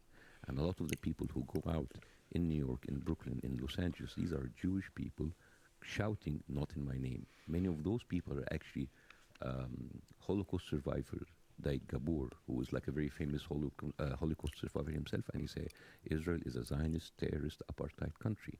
So if you think like I'm saying this because of my Muslim or Arab background, listen to the other Jews. They're saying that Israel is the criminal here, and it's been supported time and time and time again by the EU, by American administration. I'm not asking for anything that is out of the box. I'm asking them to stop the killing, because let's say 7th of October, worst day ever. Okay. How many people are you going to continue to kill in order to get your revenge? Because it seems that you will not be able to eradicate Hamas. As a matter of fact, you can kill 100,000 people today. What you have created is 100,000 Hamas killers. No, this has never, Israel tried it before 2004 and it failed, 2006 and failed, 2009 and failed, 2012, 2014, and every time Israel came in and they killed many people as possible and they came back. The solution for this is not more killing, more war. I know people like war solves everything. You will not be able to solve everything with war. The whole idea about this is to justice. If there's land to be given back, give back the land. If there is agreement to be done, do the agreement and sit together, because believe me, whatever cost you think is too high giving up the land, it will not come close to the cost of human lives that we are losing every life, whether on the Jewish side or the Muslim side or the Israeli side or the Arab side. So how do you get rid of Hamas? Get rid of the reasons that created Hamas. Which is what? The horrible living conditions, the blockade, putting people in prison, not allowing people to get their own destiny. if you do that in any more, listen, Israel could have been founded in Uganda, which, by the way, the British government gave the Jews 8,000 acres, and then they said no to 1903. If Israel want to go to Uganda, you can have in Uganda Hamas. If you make people and put them in the lands of other people, there are already 2 million people that are already there, and then you just push them around, you will have resistance, right? And the thing is, Hamas wasn't there since 1984. Hamas was created in 1987. Until 1987, Israel killed 100,000 Palestinians since 1948. It's not about the PLO, because Israel took Israel in 1948. The PLO was created in 1964. These are all a result of what Israel has been doing. Why do you mention Uganda? Because the British proposed that the Jews should move to Africa and Uganda. Pull up Uganda on a map, just so we're clear. What does that have to do with anything? What I'm saying is before the Israeli were the Jews were transported to Palestine. You know, right after that whole, World War II Holocaust genocide thing. No, before. Yeah. Before. During that time. No, before. I'm talking about 1882. Mm-hmm. When the Zionist movement started. Exactly, 1882. At that time, there were only 3% of Jews living in Palestine. Mm-hmm. And they were different. They said Argentina, they said Chile, Madagascar, South Africa, and Uganda. In 1903, the British government offered the Jewish people about 80,000 acres in Uganda. Mm-hmm. And they said no. And the reason that they said no, so there's, what you don't know, there was a big, this is very interesting, there was a big conflict between the rabbis and the secular Jewish movement. So the rabbis said, we cannot go, the rabbis were the one who actually objected, said, we cannot go to Palestine. It's like, what do you mean? It's the promised land. It's like, yes, it's the promised land when the real Jesus comes. So the secular said, well, maybe we should go to Palestine, and that will invite real Jesus to come. It was like a whole, by the way, this is all in Tudor Herzl memoirs. You can read about that. And even 1903, Tudor Herzl, in page 96, in the pamphlet for the Jewish state, he said, maybe the Jewish people should just get what they can. So what I'm saying is these were discussions at the end of the 19th century and the 20th century. And then there's the movement that wanted to put the the Jewish people in Israel actually won, and it happened very, very, very, very slowly. By 1914, there were about 7% of Jewish people in Palestine. Now, when the Balfour Declaration happened, the only one who rejected the Balfour Declaration of putting Jews in Palestine was a Jewish British businessman in the parliament that said, those people are British people and we should not put them into another place. I'm not giving you, I'm just giving you the historical. You're giving us the history. I appreciate it. I get it. But I doubt the Jews were like, yo, Uganda, let's do it. No, they wanted Israel. But what do you do? What do you do at this point? I'm sorry. I'll have to disagree with you, sir, because you have to understand many of those Jews, they came from pogroms from Ukraine and from Russia. Yeah. And then when they went to London, they were really treated bad, and they were called the problem. The problem. We need the solution. We need the solution. And this is why when Hitler came to power, he said we need the final solution. Of course. So you understand all of these problems happened between the Jews coming from Eastern Europe when they went to England and Western Europe. So basically, the British people didn't like them, and they want to push them out. So by the way, I mean, we can joke about that, but seriously, the whole thing about Madagascar, South Africa, Chile, and Argentina, and Uganda, these were real discussions with real budgets. I'm very familiar with the Zionist movement. I get it. And then at a certain time, so 1914, 7%, and then the Balfour Declaration, and then the First World War, nothing happened. Second World War with the Nazis were maybe killing everybody. Yeah. And then they started to go in mass in Palestine. But are you sensing a common theme here? They go to a country, they have success, let's kill them. They go to a country, they have success, let's kill them. They started in Egypt. They went to Spain. They went to Morocco. No, no, no. They no. went to Europe. They went to pogroms in Russia. Can I speak? Can I speak? Let me answer your question. This is not accurate. Of course, this is accurate. Sir, this is not accurate. What's sir. not accurate of what I just said? The whole reason that I say that is that they've been running around the entire world. Sir. It's called the Jewish diaspora. I'm speaking. I'll let you speak. You could speak for a half hour. I'm asking you a 2-minute question. There's a Jewish diaspora. They're running all over the world. It culminates in the Bolshevik Revolution, Zionism. It starts Theodor Herzl. It ends in the final solution in Germany. The Jewish people said, listen, we just need a state. You look at the map of the Middle East, it's as big as this room. We have a little tiny microphone. And then we're fighting over the size of this microphone when you have the entire room right here. So tell me, what should Israel do now? Does Israel have a right to exist and defend itself, or no? So can I answer? I'd answer. Yeah, go ahead. So first of all, certain things that you said in that monologue was a little bit inaccurate. Yes, they were treated badly in Europe. They were treated badly everywhere else. They were not treated badly in Spain because that was under the Arab rules. Yeah, Libya, Sudan, Egypt, Saudi. Egypt count as in the Middle East, and it count in Africa too. Sudan also, Libya also. I didn't know that Libya count as in the Middle East. I thought it count as only Africa. Okay, Algeria. Yeah, my country is big, quite big. Yeah. As a Of matter course, they were. What do you mean? It was called the Spanish Inquisition. Yeah, Look it up. Yes. Sir. The Spanish Inquisitions was done by the Christians against Muslims and Jews together. Okay. Muslims and Jews were sitting But together. it happened, is what I'm saying. What I'm saying is, before the Spanish Inquisition, Jews lived in the courts as minister and as poets and as scientists under the Arab rule in Andalusia. Yeah. When the Spanish Inquisition We know came that. in, they killed both Jews and both Muslims. Yeah, when the Christian got Well, it, they the killed both. Crusades, we all know how that story goes between Christians and Muslims for decades and centuries. And you understand that the first crusade did not kill a single Muslim? Okay, but the third and the fourth and the fifth one did. What happened with the first crusade? Enlighten me. Tell The me. first crusade came out from England and they killed 2,000 Jews in Europe. They didn't even make it to Jerusalem. This is how bad the Jews were treated by the Christian Europeans. And as a matter of fact, the Jews did not find refuge unless they... Okay. Now I see why the Jew doesn't like... well, when I saw videos in... people with the cross and stuff like this, and when the Jew passed in Israel, when the Jew passed, they spit like. I saw videos of this, but I didn't.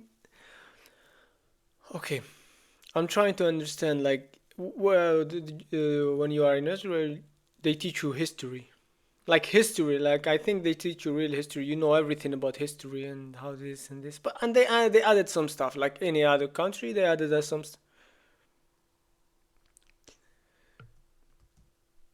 Found it in the Arab countries. I'm not saying that they were perfect, but if you compared what the Jews were enduring in Ukraine and Russia and in Western Europe and how they lived in Baghdad and Egypt and Morocco, they were a much better. But this validates the whole point of why the Jews need Israel. Because every country they go to, they're going to be run out of town or killed. At the very least, they have their own country, so they could say, at least we have safety here. Every country, every story that you just mentioned, Bassem, is them being killed by somebody. Whether it's the Christians, whether it's the Brits, whether it's the Ukrainians, whether it's the Russians. The whole point of Israel is like, we can no longer just rely on other people's niceties and empathy to not be murdered. Okay. So now we need a state of our own. You understand that? I understand. Let me continue. Yes or no? So all through these years, they were living peacefully, relatively under the Arab rule. And then what happened, the pogroms in Russia and Ukraine pushed them to England. Then England said, we cannot take them anymore, push them more to the Arabs. At the time, Jewish people in the Arab world, especially Egypt, were living. The first people who actually did the cinema and the theater were Jewish Egyptian people who lived there all their lives. Jews, Christians, and Muslims were living together right now in peace. The department store, like our version of Macy's and Target, they all have Jewish names because they have part of the fabric of the Egyptian society for decades, way before the Jews from Europe came. Now, when the Jews from Europe came, there's two ways to come. You can come easily, or you can come by force. They started to come with all of these ships, and then you have the Haganah, and you have all of the Zionist gangs who started to come into Palestine and they started to 1.5 million Palestinians that you cannot erase. So the fact that there's the Arab world, you can go anywhere. No, because this is their country. So they went in, they replaced them, and then we had the 1948, and the rest is history. Now, having said that, do I want Israel to be erased, and I want people to go back to Europe? I will never use that kind of argument unless that you tell me, well, why don't the Palestinians go to Arab countries? If you don't use that, I'm not going to use that. I believe that Israel is a matter of fact. And I think it's too late to come and erase or get people out, whatever. What we have to do is either a one-state solution that everybody, Palestinian and Israeli, have exactly the same equal right, and all of them have the same passport, and they live in peace. And the other We want is peace. a two-state solution. Obviously, so far, Netanyahu Two-state. and other Israeli officials have said many times there will never be a Palestinian state, not in the West Bank, not in Gaza, ever. And these are official statements by them. So they have already said that. Sometimes people accuse Arabs, but we do not want the state of Israel. They say we don't want a state for Palestine. So you have this. As long as you think that this is your land only, and those Palestinians are indispensable and they can go other places, you will never have peace. They've had the Oslo Accords. They've had the Abraham Accords. At what point does Israel say, I can't negotiate with these people? Hamas's founding charter says we call for the destruction of Israel.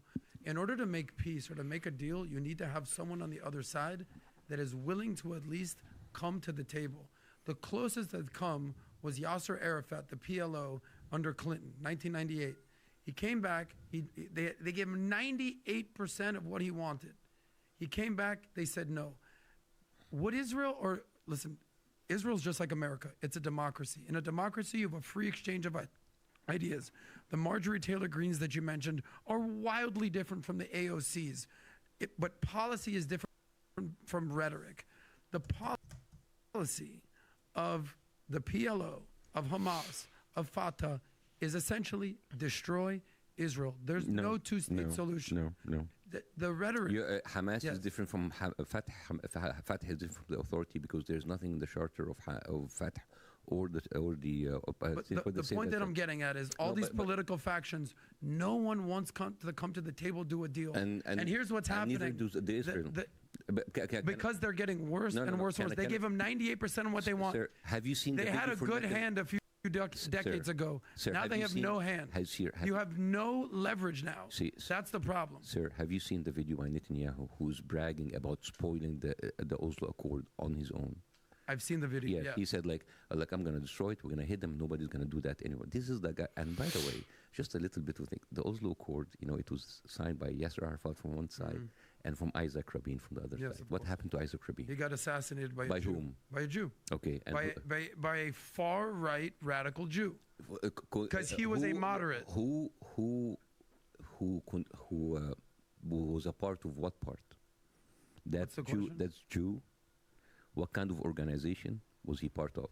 He was on the far right party where It is the same organization where Ben Gvir, the head of the national security now, is a minister under Netanyahu. Yeah, newsflash. Every country that's a democracy has a left wing and a right wing. But I don't think every country has at least two terrorist people as ministers, because Ben Gvir was arrested on the account of killing Ishaq Rabin. As a matter of fact, there's a very famous video for him where he got the emblem of his car 2 months before Isaac Rabin's like, we've got your car, next we got you, 2 months later, Isaac Rabin. This is the kind of government that you are defending. It is a terrorist government that kills its own people. Even Beit Zalim, who is the Minister of Finance, he was arrested because he was going there by 600 liters of gasoline to blow up an Israeli highway. This is the kind of criminals who kill people, Gaza everywhere, and I find it very difficult to find somebody actually to defend their actions. Are you saying that Israel is the only country in the Middle East that has a thug-like regime? Oh no, not at all. But okay, so this is pretty common for that neighborhood. But you know what's the difference? I don't see any other country in the regime saying I'm a democratic secular country and I have Western values. Well, according to the World Economic Index, Israel is the only democracy in the Middle East. This isn't our opinion. Exactly, Look it's the only democracy which would have terrorist people in this government, which I find it very interesting. Here's the problem that I'm having with you. is that I actually problem with me? No, with your argument. With me? Well, you've already called me racist. If you, I'm a very nice person. I think you are a nice person. I'm very nice. I think you're nice. I never called you racist. I called your argument racist. Multiple times, but it's all good. He said undertone. He didn't call I said it's a racist undertone. Thank you so much. It's a racist undertone. Thank you. Bassem, if you look at the chat, you've probably been the nicest to me today, so we're cool. So the problem that I have with you is that either you're anti-Israel or you're just intellectually lazy. Hear me out. Every problem. That's a very nice insult. Yeah. Thank you very much. He's insulting me very softly. I am, because I believe in having discussion and being forthright rather than when you leave, I'll be like, fuck that guy. I actually think you're a smart guy. I actually think you know your stuff. You're just so fixated that Israel's the problem. The problem in the Middle East, like I said, follow the money. The countries that are succeeding, the Qataris, even the Saudis these days, they're coming into the modern world. They're leaving the 6th century mentality behind and say, let's get into the 21st century. Where they need to succeed, in whether it's Gaza or whether it's Lebanon or whether it's Syria and whether Afghanistan, they need to focus on GDP, not GDT. Gross domestic product, not gross domestic terrorism. And the problem is they're obsessed. Put the guns down. Put the Quran down. Actually start living by the words that the Quran says, not some false equivalent of what they think is actually going on there. You talk about the genocide in Israel or in Gaza as if it's just a matter of...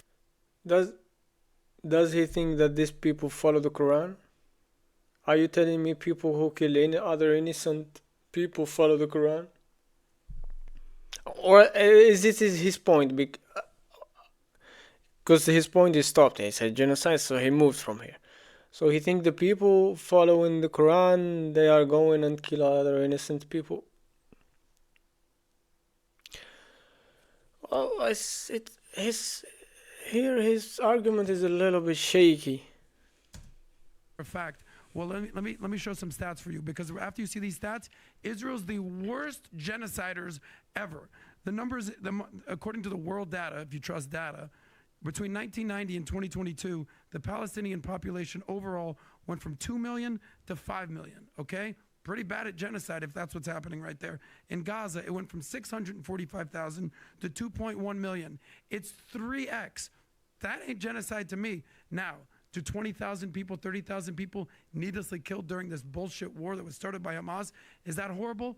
1,000,000%. And any Jew or any Israeli... Give me that number again. 600,000 to what? 645,000 to 2.1 million. From what to, from when to where? This is in 1990 to 2022. Do you know why they increased? Do you know why they increased? Because they're having babies like crazy. No.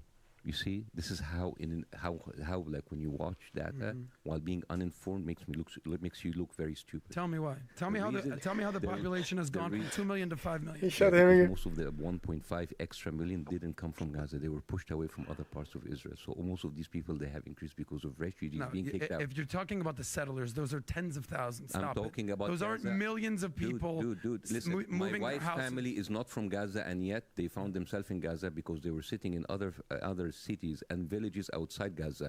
This is the systemic pushing of people from other parts of Israel, pushing them to Gaza. That's not millions of people. This is why I said that you're intellectually dishonest or intellectually lazy. No. That's not the cause of millions of people being moved. I'm familiar with the settler stuff and the disengagement in 2006. You don't know what you're talking about. These are people that millions of people. What? Okay. The people who belong to Gaza are 700,000 people. Right now, Gaza is 2.2 million. That is not birth rate, my friend. These are people pushed from, and by the way, that's not the first time. 1948, at the night of the declaration of the State of Israel, 1.5 million Palestinians were moved overnight. So it's not the first thing. So before you giving me numbers you want to appear smart, know what are behind the numbers, because these are not people giving babies. Okay. These are people being pushed from other places in order to be part of the open air prison that it is. Okay, so then, it's not deliberate. If you want to fact check me, let me fact check you. Anytime that there's numbers increasing, Bassem, going from 650, 450, whatever you want to call it, to 2 million, however it happens, that's the exact opposite of a genocide. So the whole genocide, the whole open air prison are talking points. Are talking points of BS. No, and this is why I said you were intellectually lazy, or you just hate Israel. Basically, this whole thing about you hate Israel and hate Islam, this is a very lazy way to talk to people. It's kind of like your thing. What did I tell you that is so lazy? What did I tell you, like you're fucking racist? Because you've already said that multiple times. No, I didn't say. Yeah, you said that multiple times. I said your undertone is racist. No, that's not what. So not me, but what's going on inside of me. And someone like the way that you analyze numbers is very lazy, because again, really, when I actually use stats and data from the most credible sources, that's lazy. These are numbers that were outside of Gaza. You've said no stats. You've given fucking opinions the whole time. California has increased triple, or this has people in Texas increased because of birth rate. No, they increased because people from California started moving voluntarily. You have pushed 1.5 million people outside of Gaza, inside of Gaza in a matter of 12 years, and that's why the number has inflated.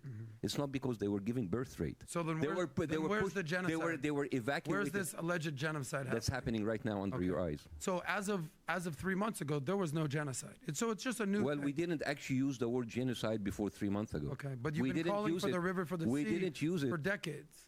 Well, also Israel have a lot of maps that is putting in the greater Israel from the Nile and the Euphrates. That's genocide for 5 countries there.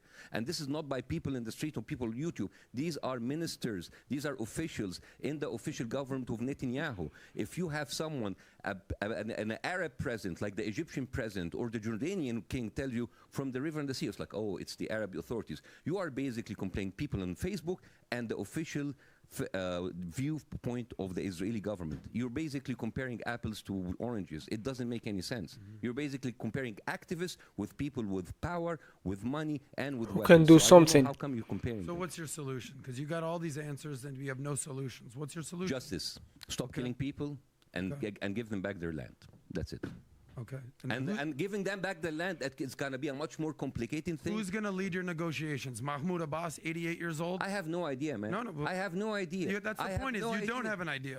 Well, when I say I have no idea, I'm being humble, because there's a million people who can do it, but like, I'm not a politician, I'm a comedian. I come here to tell some of my opinions, but the thing is, you want to put me, and you use that, and you give me, I'm sorry to say, butchered political information and numbers that doesn't say anything. Stats are really butchered and political. Yeah. But it's interesting how you have all the solutions for Israel, but you have no solutions for Gaza or Hamas. Very interesting.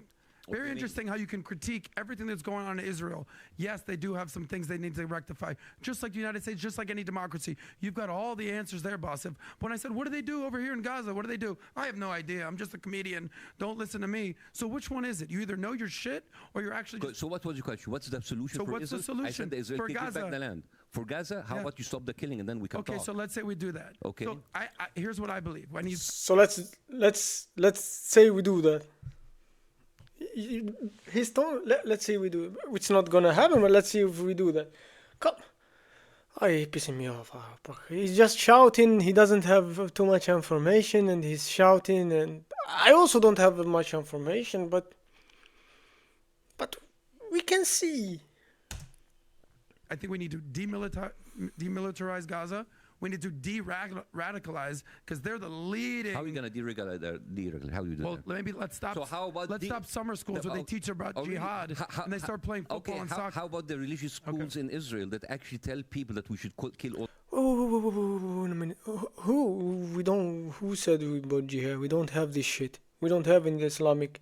That's all terrorists are founded, and they are founded. We all know how they are founded, but they are not Muslim. They're not Muslims. They don't follow Islam. They don't Muslim. All Arabs, and these videos are you know all those Jews that are running around bombing everywhere around the world? No, it doesn't fucking exist. It's really? only in Islam. Oh, really? But what about the Jews killing the Palestinians inside? I'm talking about around the world. If I said there was we're bad people. We're bad people. Take us out. That's not what I'm saying. No, we're very hot. Okay, what I'm saying is they need to. Religion.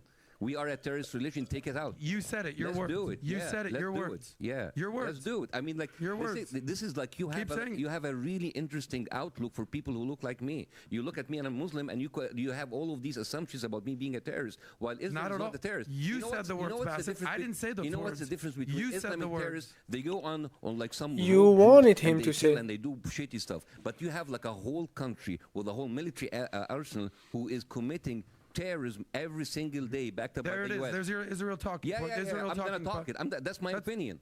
That's my opinion. Totally That's cool. my opinion. Totally cool. Yeah. It's all good. But you're trying to tell me that Islam doesn't have a terrorist problem? Islam, Muslims Oh, he's pissing me off.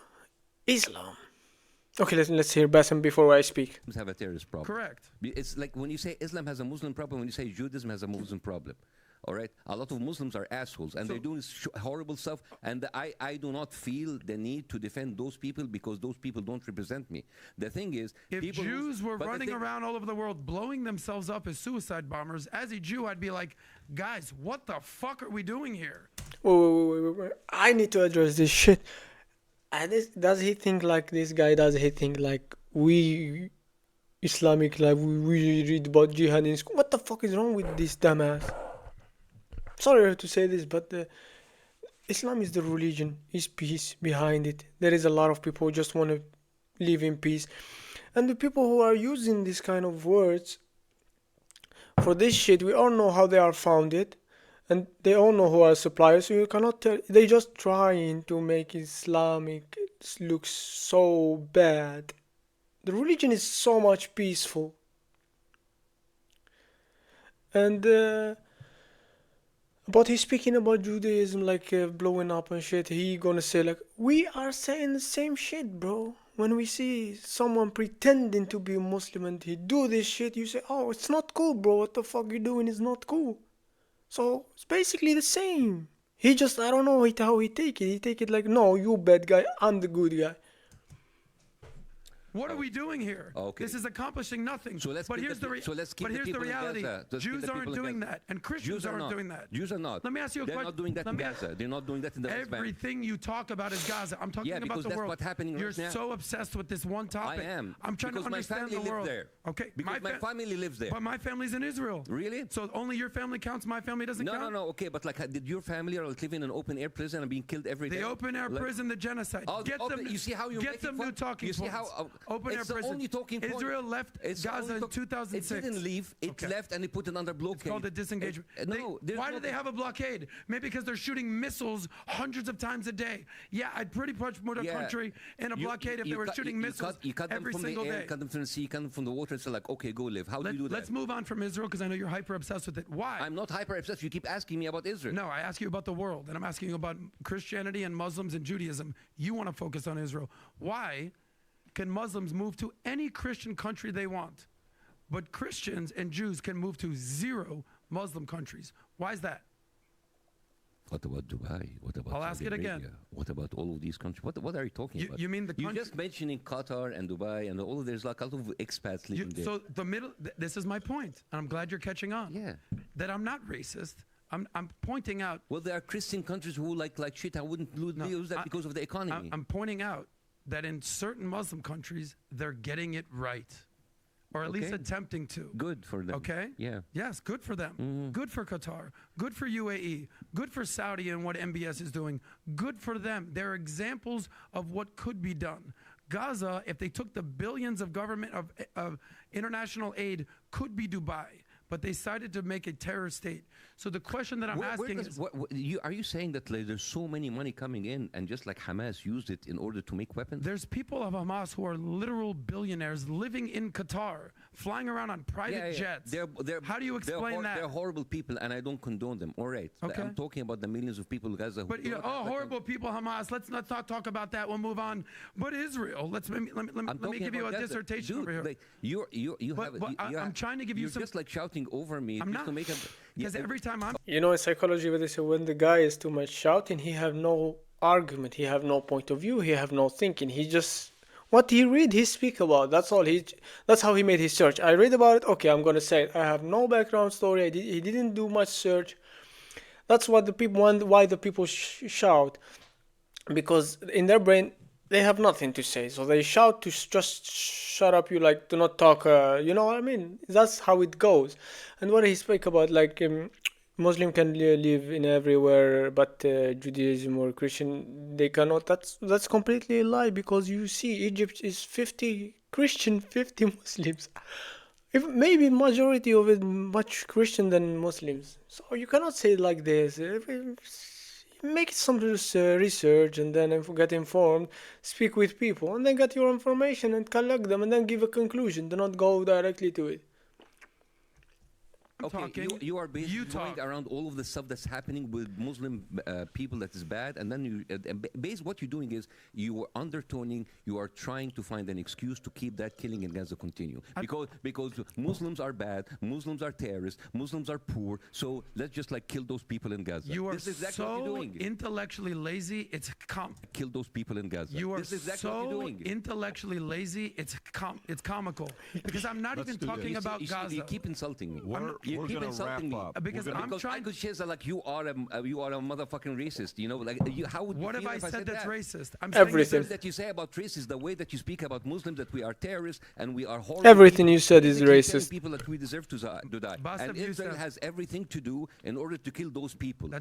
Anyways, if I've said zero of those words. Hopefully, if You my- were if putting hopefully- all those if words in my mouth. if I've said if zero my of wife's those cousin words. who's It a is- doctor get killed tomorrow, I'm gonna send you a postcard. So if my actual cousin gets killed in Israel, They that's will okay. Not, they will not, because That's you know okay. what? They are safe because he's not living in an open air Oh, prison. why are they safe? Maybe because they have the Israeli Defense Force, the Iron Dome that Good for you. stops Good for you. all the missiles. They don't have that. Yeah, but they don't have that. Maybe you should have built that instead of tunnels. With what? With all the billions of foreign aid that was given. What billion foreign aid are you? These, How much money all does these Iran give? How much money does Qatar All give? every How much does the single money international is community? actually trickled through Israel. You understand that Israel is actually Your, holding your that tax argument money holds from, no weight because all you're doing is defending Hamas. You have zero argument. I'm the last one to defend Hamas, by the way, and I've actually said the terrorist group, and I'm a big fan of Hamas. But I'm just giving you some facts. Every single money that goes into Gaza goes through Israel. As a matter of fact, Biden has a big problem with Netanyahu because he's withholding the tax money that paid by the Palestinian people to the Palestinian Authority, and Netanyahu is holding it back. Have you heard about that? Have you read about that? Just 2 days ago, if you're reading your stuff, but you don't. But the thing is, Netanyahu is holding back the tax money from the Palestinian in West Bank, and he's not giving it to You're so Ahmed Abed. funny, man. You're so funny. No, you're just saying so all, ignorant. you're saying You're all ignorant. the money that's going to Hamas is coming through Israel? Sure. Filtered through Israel. As much as I like this guy, but I need to say that he didn't do his research and he just came what he read maybe. That was too much low of research he did. Too much low. He didn't do any research. Or he just like this. Sure, all the money Filtered through Israel. Yeah, all the money from Iran going right through Israel. Sure, that's likely. All the money from The transfer Qatar. by Netanyahu in 2019, the Likud party, telling them that he is actually overlooking the amount of money coming from Qatar, and he is doing that in order to split the Palestinian Authority. Listen to I'm him. familiar with this. I'm not disagreeing how with. about you? How about I'm you? not- Listen, educate yourself I'm about not- that. I'm not disagreeing that Netanyahu has done some fucked up Oh, things. here it is. Okay. Here it is. Oh my God, here it is. Biden is in frustrating call told Bibi to solve Palestinian tax revenue Yeah, issue. because Israel is withholding the taxes. You understand every single money That's transaction. your argument right there? That's part of the argument. Every single money transaction, whether it's taxes, whether it's it has to go through the Israeli So government. all the money that Iran is funding Hamas, you're saying that goes through Israel? Is that what you're saying? Through Qatar, through Israel. Okay, that's so false. It's so flagrantly false. I want you to Why- educate yourself more. Okay. Yeah, but to say like, okay, you can say I disagree, but you cannot say like, oh, it's completely false. Say I disagree, and then go make some research, educate yourself, come back and say what you have to say, and then we can take your conclusion and your point of view in consideration. I will. I'll go read up on this. But if you mean to tell me that Israel is intercepting the money that Iran is sending to Hamas and says, yeah, we'll send it to you guys, believe me, they're not doing By it. the way, it's Read the 11:15. transcript from I will not believe you. We're going to wrap up. Here's what I will say. I'm going to be very honest with both of you guys. I mean, I've been listening to both of you guys, and I love this. I love this. Let me tell you why. The average American right now is sitting there. There's a group that agrees with you. There's a group that agrees with you. Regardless of what it is, We want a lot peace. was said, and it was actually pretty educated discussion for me. I'm normally not this quiet. I love the fact that I heard this conversation. I loved it. I enjoyed it. I appreciate you for having it was very obvious. This is what happens, Bassem, in the future when you're doing podcasts. Follow the same rule. The 8 hours of sleep you got last night was very helpful. It was obviously felt. I was hangover. I mean, I'm there is pain in my back as I'm speaking out of pain. I got a guy waiting for you right now. Just so Can I say one thing to Bassem? Yeah. I don't care how much we argue, and that's fine. I would have a beer with you. I would party with you. I'll go see Would your you comedy massage show. his back, though? Whatever this Would you guy massage needs. my back? I'll give you a hand. I'll give you a handy under the table if I make you feel better. It's all good. Dude, I love this conversation. listen, this is the this could only be- way this that is- situations can be solved. It is. It can be uncomfortable. It can be argumentative. But I'd rather sit down at the table with people I disagree with than completely ignore them. At the end of the day, the heated discussions, all of this at the end of the day is words. Yep. Words don't hurt anybody. And the thing is, if it hurts you, it means that you need to check your ego. One thing I learned is that put your ego aside. So if you felt that I am attacking you, it's not. It's like I'm always attacking your argument. Brother, It's I'll never- give you a hug on air, off air. I'm never, good. It's never about you because there's absolutely no point of like losing each other and losing each other. Like, we have come from obviously different background, but I would rather have this heated discussion and then stand up. And because at the end of the day, we are all Americans. We're sitting here, and hopefully we're doing that in order to learn something that will not happen. We totally do. We're on the same page. We're on the Again, 100% on the Appreciate you same for being a page. good Thank sport. you. Appreciate you for coming out. Gang, take care. Have a great weekend. If you're in Florida, if you're in South Florida tonight, you're performing, and tomorrow at... Yeah, with that back. I have 2 shows in Arabic tonight and 3 shows in English Saturday and Sunday. And what's the location? Miami Improv. Miami Improv. Go stop by and tell them you heard them on PBD Podcast. Maybe I'll be there. You never know. Come, Bye-bye. come to the English show, Allah. You'll enjoy it. Take care, everybody. Bye-bye, bye-bye. I have one Jew. Okay, guys, that was the reaction for today. It was spicy. I enjoyed it. I like this kind of debate because I can speak about it. I like to share my opinion. I also like to receive your opinion, guys. So we share opinion, you give, and this is how we get information. Just not by reading it from the comment and reading it someone else, but we cannot just put like we can see what we hear what we hear and don't put it in consideration. We need to we need to check ourselves, and like he says, yeah, I love this kind of debate, guys, and I hope you enjoy it. So I'm gonna post it today, this debate. And if you need more reaction like this, just send me the suggestion. Any suggestion, you can send me any link. Make sure to subscribe to see more, and I hope to see you soon for another reaction, guys. Peace. We wrapped up.